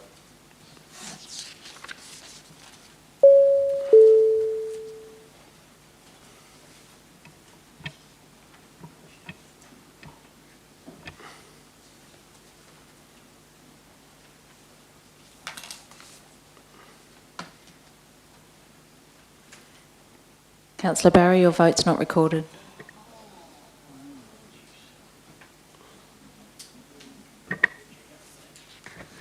Motion CO-005-21 has been carried unanimously, 11 in favour. Thank you. We move to item 14, which is motions on which previous notice has been given. Director Warren Bowe, Acting Director of Corporate and Commercial, is a responsible officer in accordance with Clause 4.13 of the City of Canning Standing Orders, Local Law 2015. Councillor Barry has submitted the following notice of motion, and that's notice of motion 007 of 21, the title of that being all documents and correspondence relating to payment of $3,666.96 for investigative services. The recommendation is on page 174 of the agenda. Just a reminder that I've made a impartiality disclosure in relation to Notice of Motion 007 of 21 for this item. It's only an impartiality interest and I intend to stay in the room. Councillor Barry, we need a mover. Are you intending to move this item? Yes, and if I get a seconder, I'll Need a seconder then? speak to it. Councillor Sweeney. Councillor Barry. Thank you. Surprisingly. Yes, Mr Mayor. Look, I suppose the other thing we do know now is there is some legal advice that is attached, and it's a confidential item. Essentially, from my perspective, questions first, if I may. First of all, I'd like to know, before I go into my debate, is this a case of a major or a minor breach? Is what? What my notice of motion relates to? You're asking a direct question. Yes. About that. Well, I think the advice from the CEO has been pretty clear on that. CEO, I'll let you answer that query. Thank you, Mr Mayor. It's not possible for me to make any comment about the nature of this matter. Right. Okay, I'll push on. Obviously, no sense in asking any more questions. But what I would like to say in defence of my motion, and the fact of the matter is that it is a complaint that talks about confidentiality, and first and foremost I'd like to say that I'm aware of two councillors in the recent last couple of years who I believe had complaints made against them, and both of those ended up in the public forum. One was widely broadcast in a local rag, so I'm not quite sure how the confidentiality section works from the perspective of CM 101. And the other question I'd ask in relation to CM 101 is that still an active policy? CEO, my understanding is CM 101 is an active policy.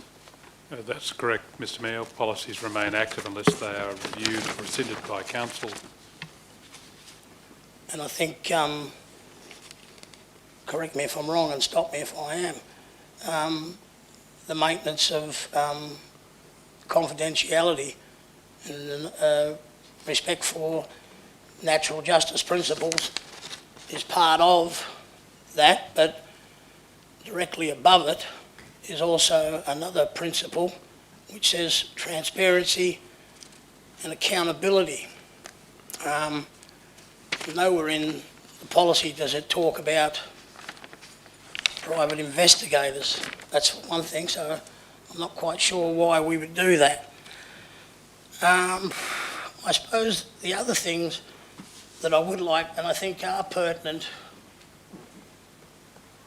to my notice of motion, is, and I think I mentioned the other week in relation to the Dowran inquiry, and I'll sit down for this because it'll probably be easy for me to read.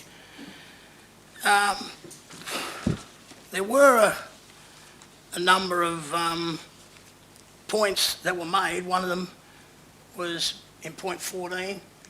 Can you just tell us which, the inquiry that you mentioned, what's the Dowran. inquiry into? Dowran, it was into the... You're talking about into the Shire of Dowran?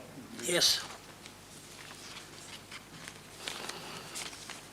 And some of the points, and I think that are pertinent to this, is the Commission formed no opinions on serious misconduct in relation to the Crime and Conduct Act. Neither the Commission nor the public sector has the jurisdiction to investigate minor misconduct and form opinions in respect of any elected official, including a local government, councils or member of parliament. Hence, that's why I asked the first question. The Commission has nevertheless decided to report to Parliament, and this is John McKechnie who's put this in, Copies of the draft were provided to the party who might be adversely affected. Where the Commission accepts the response given, the report was amended accordingly. Extensive submissions were received from lawyers acting on behalf of the President and the Deputy President. The LGA does not set out a duty on Council to check and balance on the CEO or financial reports presented to it, and Council has no responsibility for close financial oversight. 16 says these are matters of legal opinion in which the Commission fundamentally disagrees. Another one on point 20 and 21. You've got 45 seconds left. I'm just letting you know. Mr Mayor, I'd ask for an extension if that's possible. We'll wait till we get to the 5 minutes. Okay, well, if we stop talking, we'll be right. 20 submissions on behalf of Mr Metcalfe to Mr Ralph. They were the Deputy and President. Without limiting subsection, oversee the allocations of the local government finances and resources and determine the local government's policies.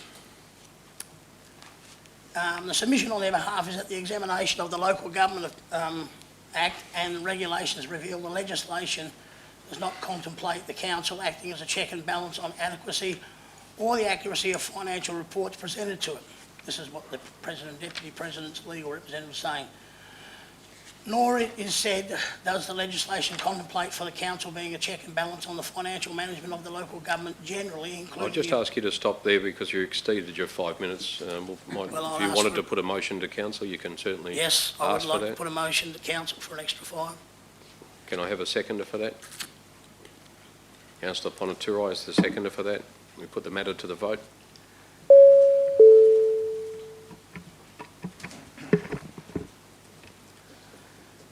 It is submitted as the locally elected representative. Or just declare the vote yet.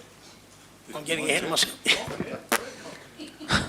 Thank you. The motion to extend your Continue, Councillor talk Barry. time is being carried unanimously, 11 in favour. Thank you. Somebody keep the time.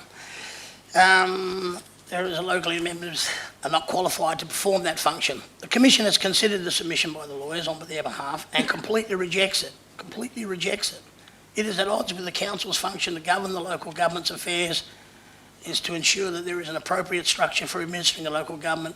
Council is to employ a suitably qualified CEO, annually review the CEO's performance, and the CEO must review the financial management systems and procedures regularly, not less than once every 4 years. 25, I might leave that one. 30 I've got down VIP, so that must mean something. And the word might be wrong, the bifurcation of the responsibility may cause confusion. This is in relation to Regulation 9. Sub-Regulation 1 does not apply to any council member does as part of their deliberations, which I believe that is what we are doing now, or I'm suggesting we should do, because it's part of the deliberations and council is the authority. Mr Martin was appointed the acting CEO following Mr Alcock's resignation. He is very experienced and acted, and he said and asked the difference between the operational matters and the councillor's understanding. Their understanding was, to paraphrase, it was butt out, that's now operational. So some elected members, particularly those who haven't had any training or haven't had any widespread knowledge of local government, they may have concerns and don't know what they're dealing with. In my view, where the issues of concern relate to the governance of the Shire, elected members have a legitimate right to be involved and ask questions. They have got the power, but they don't know because they rely on the CEO to tell them what they don't know or what they need to know. The Commission is of the same opinion. 32, 57. I might leave that because that's probably boring everybody to death. But I mean, what I would go to is, and I've mentioned this once before, it's a Lessons of Local Government into the City of Joondalup, 2005, and this is by Mr Greg McIntyre, who was also was the Inquiry Commissioner at the City of South Perth. And he says, or it states in this document, Section 592 of the Act provides that the council or committee member can have access to any information held by the local government that is relevant to the performance of the member of his or her functions under the Act or any other written law. It also says, the panel noted that in the report of the inquiry into South Perth, City of South Perth, it was stated it is a fundamental right of councillors to seek legal and other advice provided to the city on topics they are required to make decisions on, or unless there are exceptional circumstances for this not to apply. The example being a conflict of interest. 51 says the panel said that Section 592 does not cast onus on a council member to provide to the satisfaction of the administration that the information is relevant to the statutory function, but for the administration to indicate the reasons for not providing that request. Well, we have, and I disagree with that, but nevertheless, Section 593 says it provides it is an offence if a council or committee member makes an improper use of information. Well, I agree with that, and that's why I had the confidentiality clause in my notice of motion. However, the panel said that it would not be an infallible guide because the role of council member may, in particular circumstances, dictate a different approach to that which would apply to the inspection of information generally. 55. It is the role of the administration of the local government through the functions of the CEO to provide council members with information and access to information such as legal advice received and or local government letter of instructions for that advice in order that the members can make informed decisions. Access does not necessarily mean that the member is entitled to a copy of the information, but it is able to include sight of the information and make notes thereof. The argument of the 56 says the argument of the CEO and administration would not give council member information because they believe the member may pass it on to someone else who was not entitled to it is not a valid reason for the CEO and administrator to deny that council member access. Yes, indeed. So, Mr Mayor, I mean, like I said... Councillor Barry, that's your 10 minutes is up. Okay, thank you. Councillor Sweeney, you seconded it? Yes, thank you, Mr Mayor. Yeah, look, you know, I think for this we need to negotiate our way through some competing priorities. You know, I can see the balanced arguments on both sides, but for me this is more about transparency. And when decisions are made behind closed doors, it tends to make people suspicious about whether a decision was fair or not, whether it was good use of public funds. I think we should be striving for higher standards in openness that exist at present. I've said before, we at the City of Canning, all of us should be leading and not lagging on best practice. In terms of this matter, we seem to be at crossroads with the City's need to preserve confidentiality over councillors' need for transparency for public scrutiny. If confidentiality was a concern, then in my mind, this probably should have been flagged from the outset, but it wasn't. I would have thought when it appeared in the warrant list originally, it should have been referenced in this manner. In fact, in all the follow-up correspondence, I haven't seen any reference to the issue of confidentiality, only the description of audit and assurance or investigations. So now that it has been made public in the warrant list, it becomes an issue of transparency of the decision-making processes. It is accepted transparency always has to be balanced against other interests, including the privacy of individuals. But this isn't talking about disclosing the subject of any investigation. That's not what this motion is seeking to do. I think also every decision to protect a specific interest comes to some degree at the expense of the broader public interest in being able to hold the elected members to account.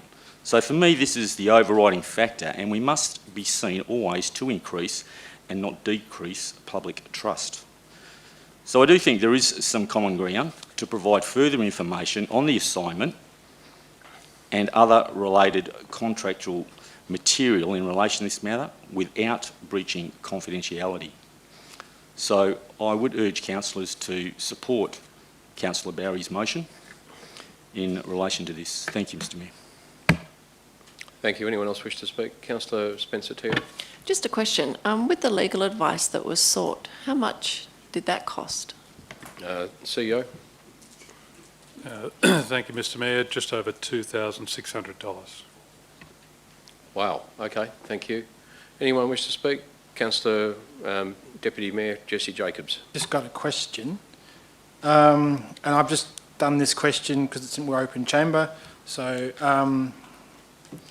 question, if this passes, would a redacted invoice version be provided that would satisfy the councillor's interest while maintaining any necessary confidentiality?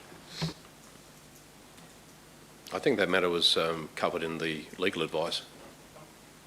You mentioned that legal advice because it's confidential. No, but if you'd read the legal advice, it's covered in the legal No, advice. but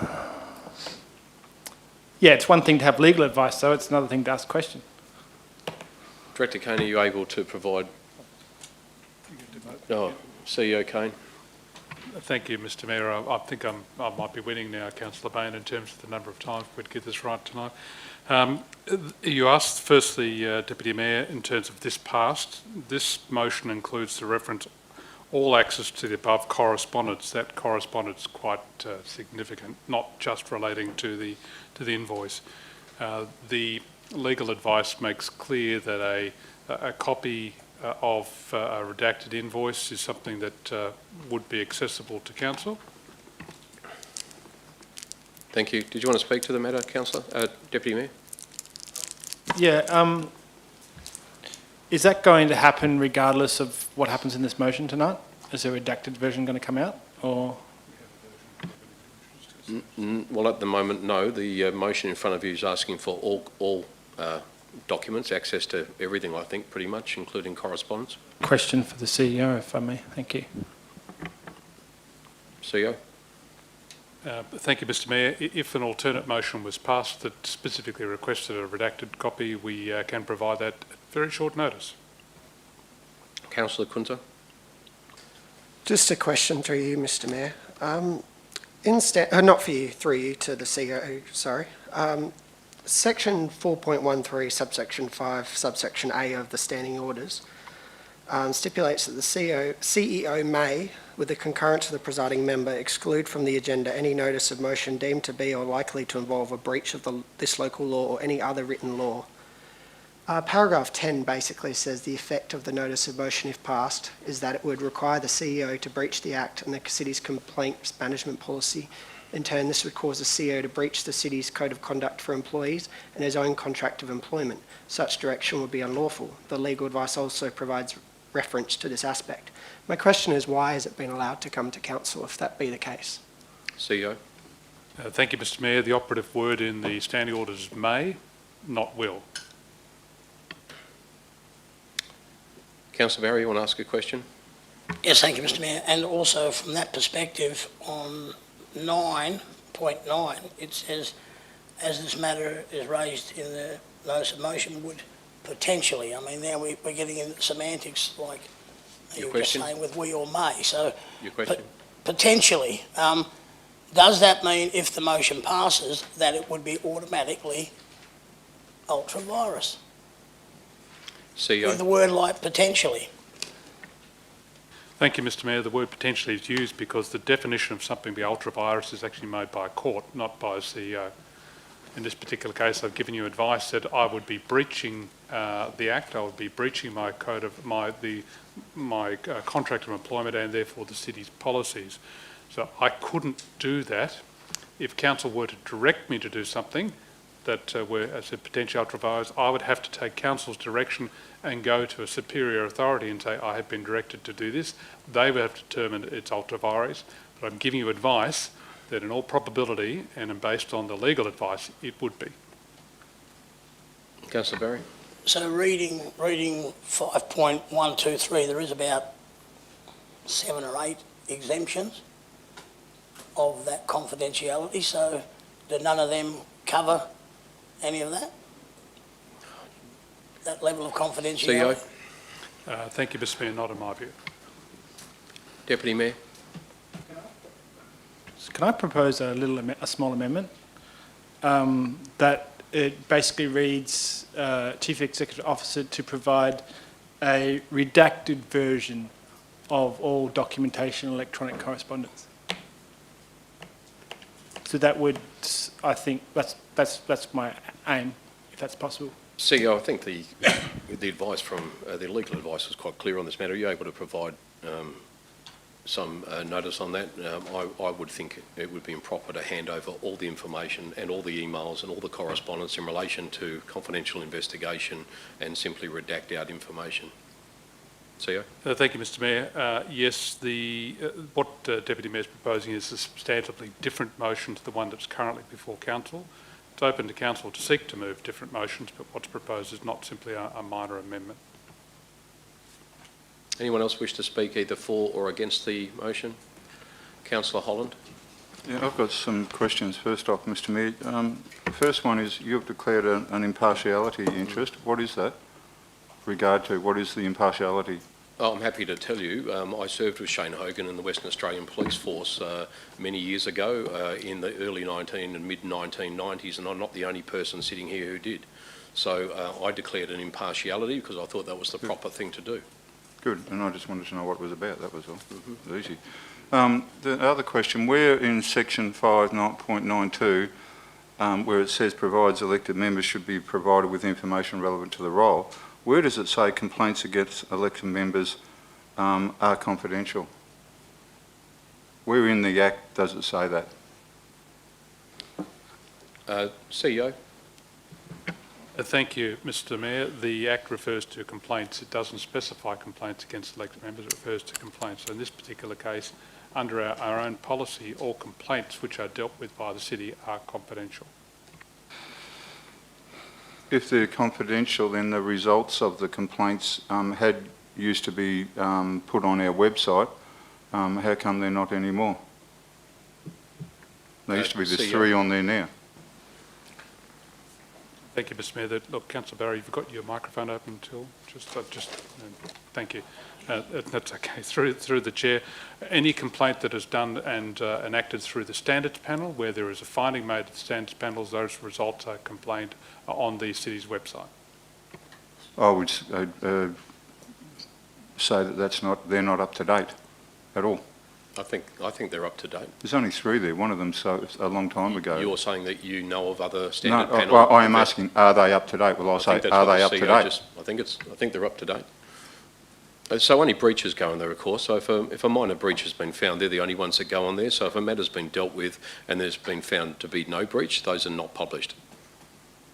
Thank you for that clarity. The other thing, could you please give advice or answer how one would go about seeking a second legal opinion on this? CEO? I'm not sure what the purpose of a second legal opinion would be, nor would I necessarily, I don't know off the top of my head, so I can take that issue on notice, but having sought legal advice from a well-qualified person in administrative law, that copy of the existing advice would have to be given to another party for review. But remember that the advice we've received is from someone who's qualified specifically to deal with the issues before council. Could you please answer my question? What would I have to do to be able to seek, which I am allowed to do? We are allowed to request a second... You asked his advice. I think he said he would have to come back to it. He just said he didn't see the point. I'm asking how do I go about doing this? He also started by saying that I think that he would have to come back to you with that advice. That's correct. Councillor Holland? Yes, yeah, I'll speak to the motion now, thanks to answering those questions. I might have a couple of other ones too as we go past. What worries me about this legal advice... Are you speaking in favour or...? I'll be speaking in favour of the motion. I found this quite disconcerting in a lot of ways and hard to work out whether I would speak for it or would speak against it. There's so much has been redacted here. We do know that there was a complaint. It is here, Mr Hogan's invoice with the heading redacted complaint, redacted. So it's in this advice here. Well, I'm just reading that now. Well, I can't read that. Well, then maybe can I ask why isn't this confidential? I don't like going on behind closed doors, but I think this one should be. We're coming out and saying things I don't know whether I can say. We're being told that this is all about transparency and accountability, so why would we propose to take it behind closed doors? Well, because the legal advice is confidential and I can't refer to it. Is that correct? You should be able to speak to the motion. Councillor Barry has spoken to the motion. It's his motion. He's spoken to the motion without referring to the legal advice. The legal advice is what the legal advice is. I've got the right to speak to the legal advice. Well, legal advice is actually sealed. So there's... Well, then CEO, I'll move a motion that this moves to confidential. I might just ask the CEO to address your question. Thank you, Mr Mayor. The notice of motion itself is not confidential.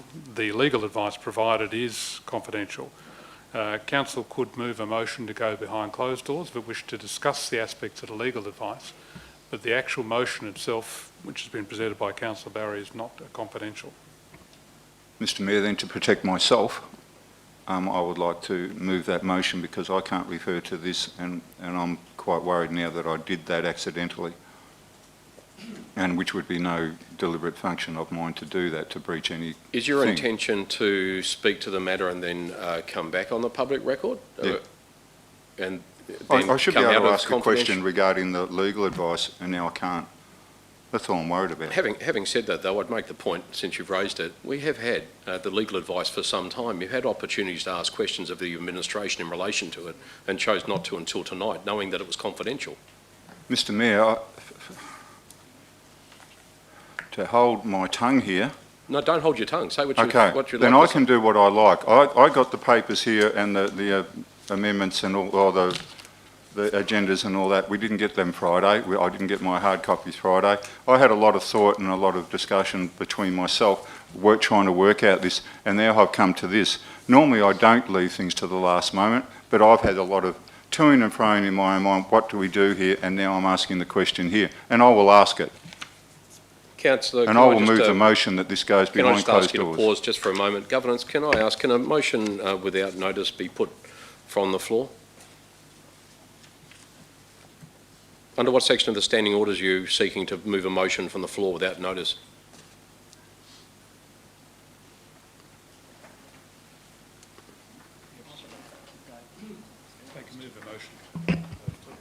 Mr Mayor, for open and accountability, if I wanted to speak to this legal advice, I can't. Whether there's a local law against it or not, to me here is irrelevant. We can't Well, hang speak on a sec. to You this. can't say that breaching a local law is irrelevant. Local law is a local law. I'm just asking you to tell me where you can actually put a motion without notice to this council, that's all. You're saying that you're going to do it. I'm asking you what's your authority to do it, and if you're not sure, I'll ask for assistance. But Is governance saying that I can't do this? Is that what the direction is? we're not sure. I'm asking you. Well, You're the then one I'm that's putting asking the now. motion. Can I ask in governance? Can I do this? Governance, can you please respond? Governance on the record, could you please respond? Or through the CEO? CEO? Thank you, Mr Mayor. During the course of the debate, I believe it's possible for an elected member to move a motion to go behind closed doors for discussion of matters that might relate to that, specifically in this case, the legal advice. Are you saying that we can go behind, member may move a motion and then we can actually then move a motion to come back out and rediscuss the matter? Yes. Councillor Holland, you wanted to put that motion that we move this item Just so that we can discuss the legal advice, behind yes, closed Mr Mayor, I doors. will put that just for this and then come out when we resume debate. Do we have a seconder for the matter? Councillor Ponaturo is the seconder. Councillors, I think the normal provisions of debate, this is not a procedural motion, I believe, so the normal provisions of debate actually occur. Does anybody wish to speak against going behind closed doors?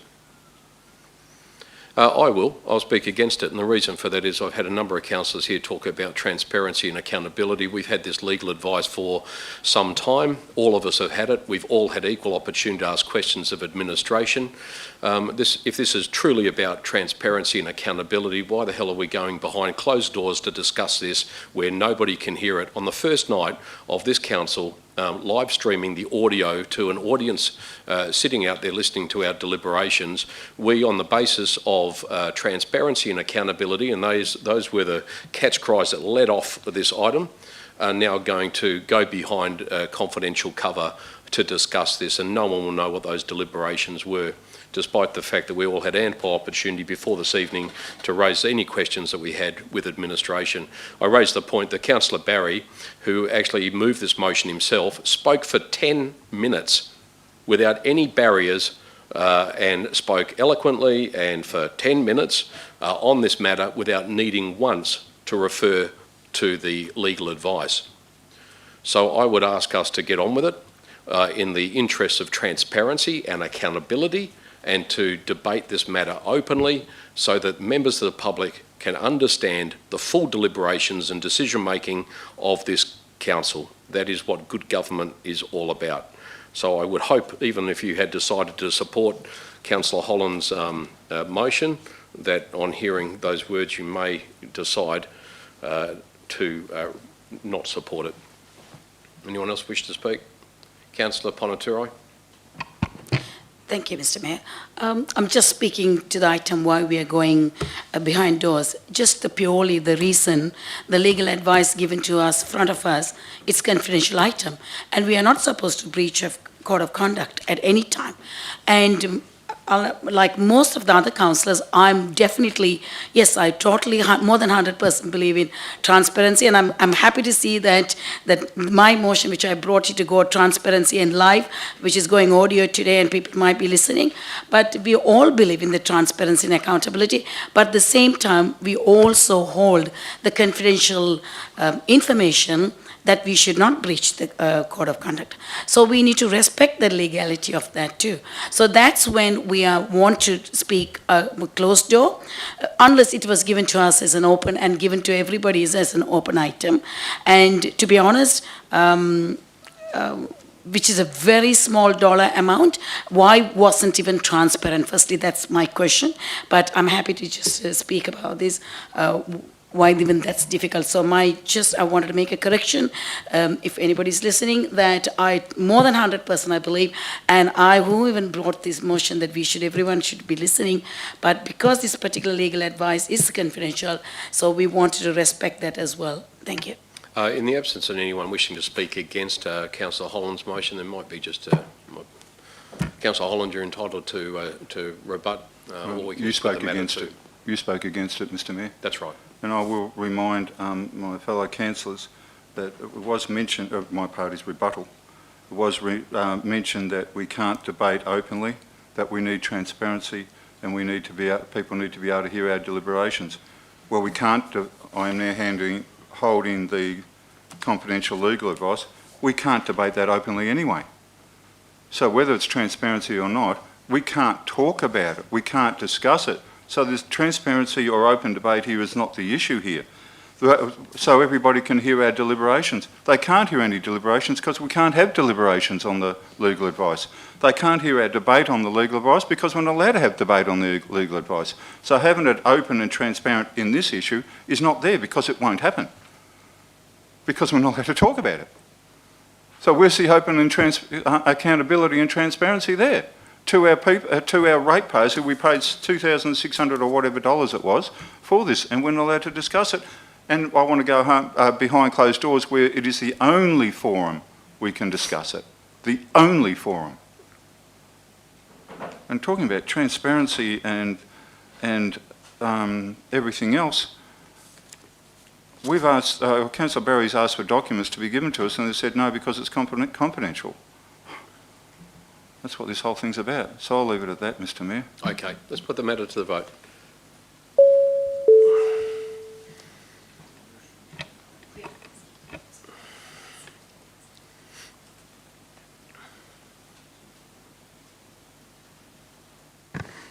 The motion to go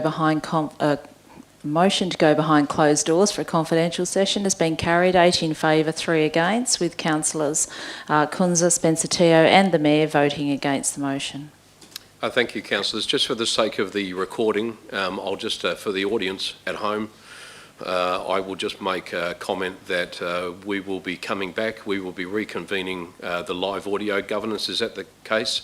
We will be live streaming it. Stay in your chair, please. We don't need to leave. We will be live streaming again as soon as the confidential matter has been finalised. I'll ask members of the public to please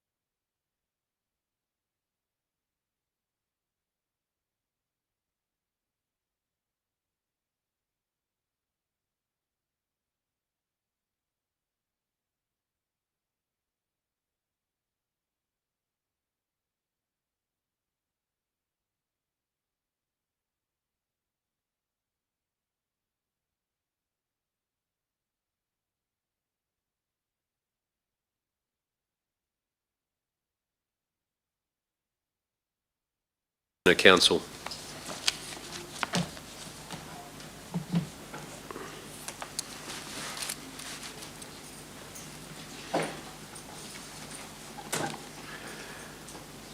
Thank you, councillors. We are now back in open chamber. For those listening at home, for the sake of the public record, we have been dealing with a confidential matter behind closed doors. We have made a decision as council.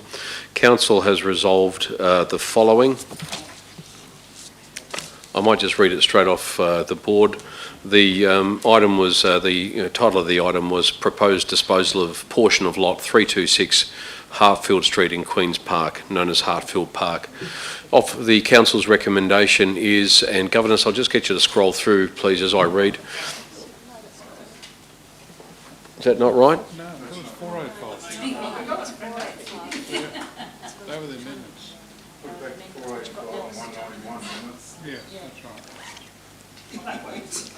right. I think I'm fine. I'll read off what I've got in front of me. Councillors, thank you. The council's decision is that in the office, that council, in accordance with section, and this is item 1, in accordance with section 3.58 of the Local Government Act 1995, authorises the CEO to provide local public notice of the proposed sale of a 485 square metre portion of 46 to 50 Lot 326 Hartfield Street, Queen's Park, to Turkish Islamic Association of Western Australia for the consideration of $195,000. 2, subject to there being no objection received to Part 1, authorises the CEO to undertake all necessary actions and sign all documentation to complete the land transaction. Should objections be received, the matter shall be referred back to the next available ordinary council meeting. 3, in accordance with section 6.8 clause 1B of the Local Government Act, approves a budget amendment to the 2021-2022 adopted budget to allocate an expense line item of $20,000 funded from the city's Land, Building and Development Reserve for expenses related to the land administration and transactions referenced in this report, including the finalisation of the sale of portion of 46 to 50 in brackets lot 326 Hartfield Street, Queen's Park, with any unused funds returned to the reserve. 4, upon finalisation of the land sale, authorises the allocation of the proceeds of sale, in brackets, minus any expenses incurred, close brackets, to the Land, Building and Development Reserve. And 5, requests the Chief Executive Officer prepare a scheme amendment report for consideration at or prior to the November 2021 Ordinary Council meeting to rezone the subject 485 square metre portion of 46 to 50 Lot 326 Hartfield Street, Queen's Park, from public open space to residential R30. Request the Chief, and item 6, request the Chief Executive Officer to prepare a scheme amendment report for consideration at or prior to the November 2021 Ordinary Council meeting to rezone Lot 5, in brackets, Lot 414, Godfrey Street, Queen's Park, from residential R30 to public open space. And 7, requests the CEO to develop a concept plan for the expanded Godfrey Park, incorporating Lot 414 Godfrey Street, Queen's Park, for consideration as part of the 2022-2023 budget, which A, identifies tree planting numbers to offset the potential canopy loss subsequent to the disposal of portion of Lot 326 Hartfield Street, Queen's Park, and B, incorporates the planting of suitable tree species, including mature native trees, to enhance the Queen's Park biodiversity corridor identified in the city's local biodiversity strategy. And finally, C, identifies the location of the renewed playground equipment and other public open space enhancements at Godfrey Park. And that matter was resolved. We required an absolute majority. That was achieved. Governors, can I get you, for the sake of the record, to read those for and against? I think the call was 8-3. Correct, Mayor. The vote was 8 in favour, 3 against, with councillors Holland, Kunza and Sweeney voting against the motion. Thank you, councillors. The time now is 10:25 p.m. and the meeting has, of course, been reopened to the public. There being no further business, I now declare the meeting closed at that time and would like to thank everybody for their attendance. Done. Councillor Barry, before you disappear. I just read the amendment. Could you scroll up, please? Oh, sorry. Just keep scrolling up. Just keep going. Keep going. Keep going. There, that red bit's got to come out. Yeah, that's all right. I'm reading.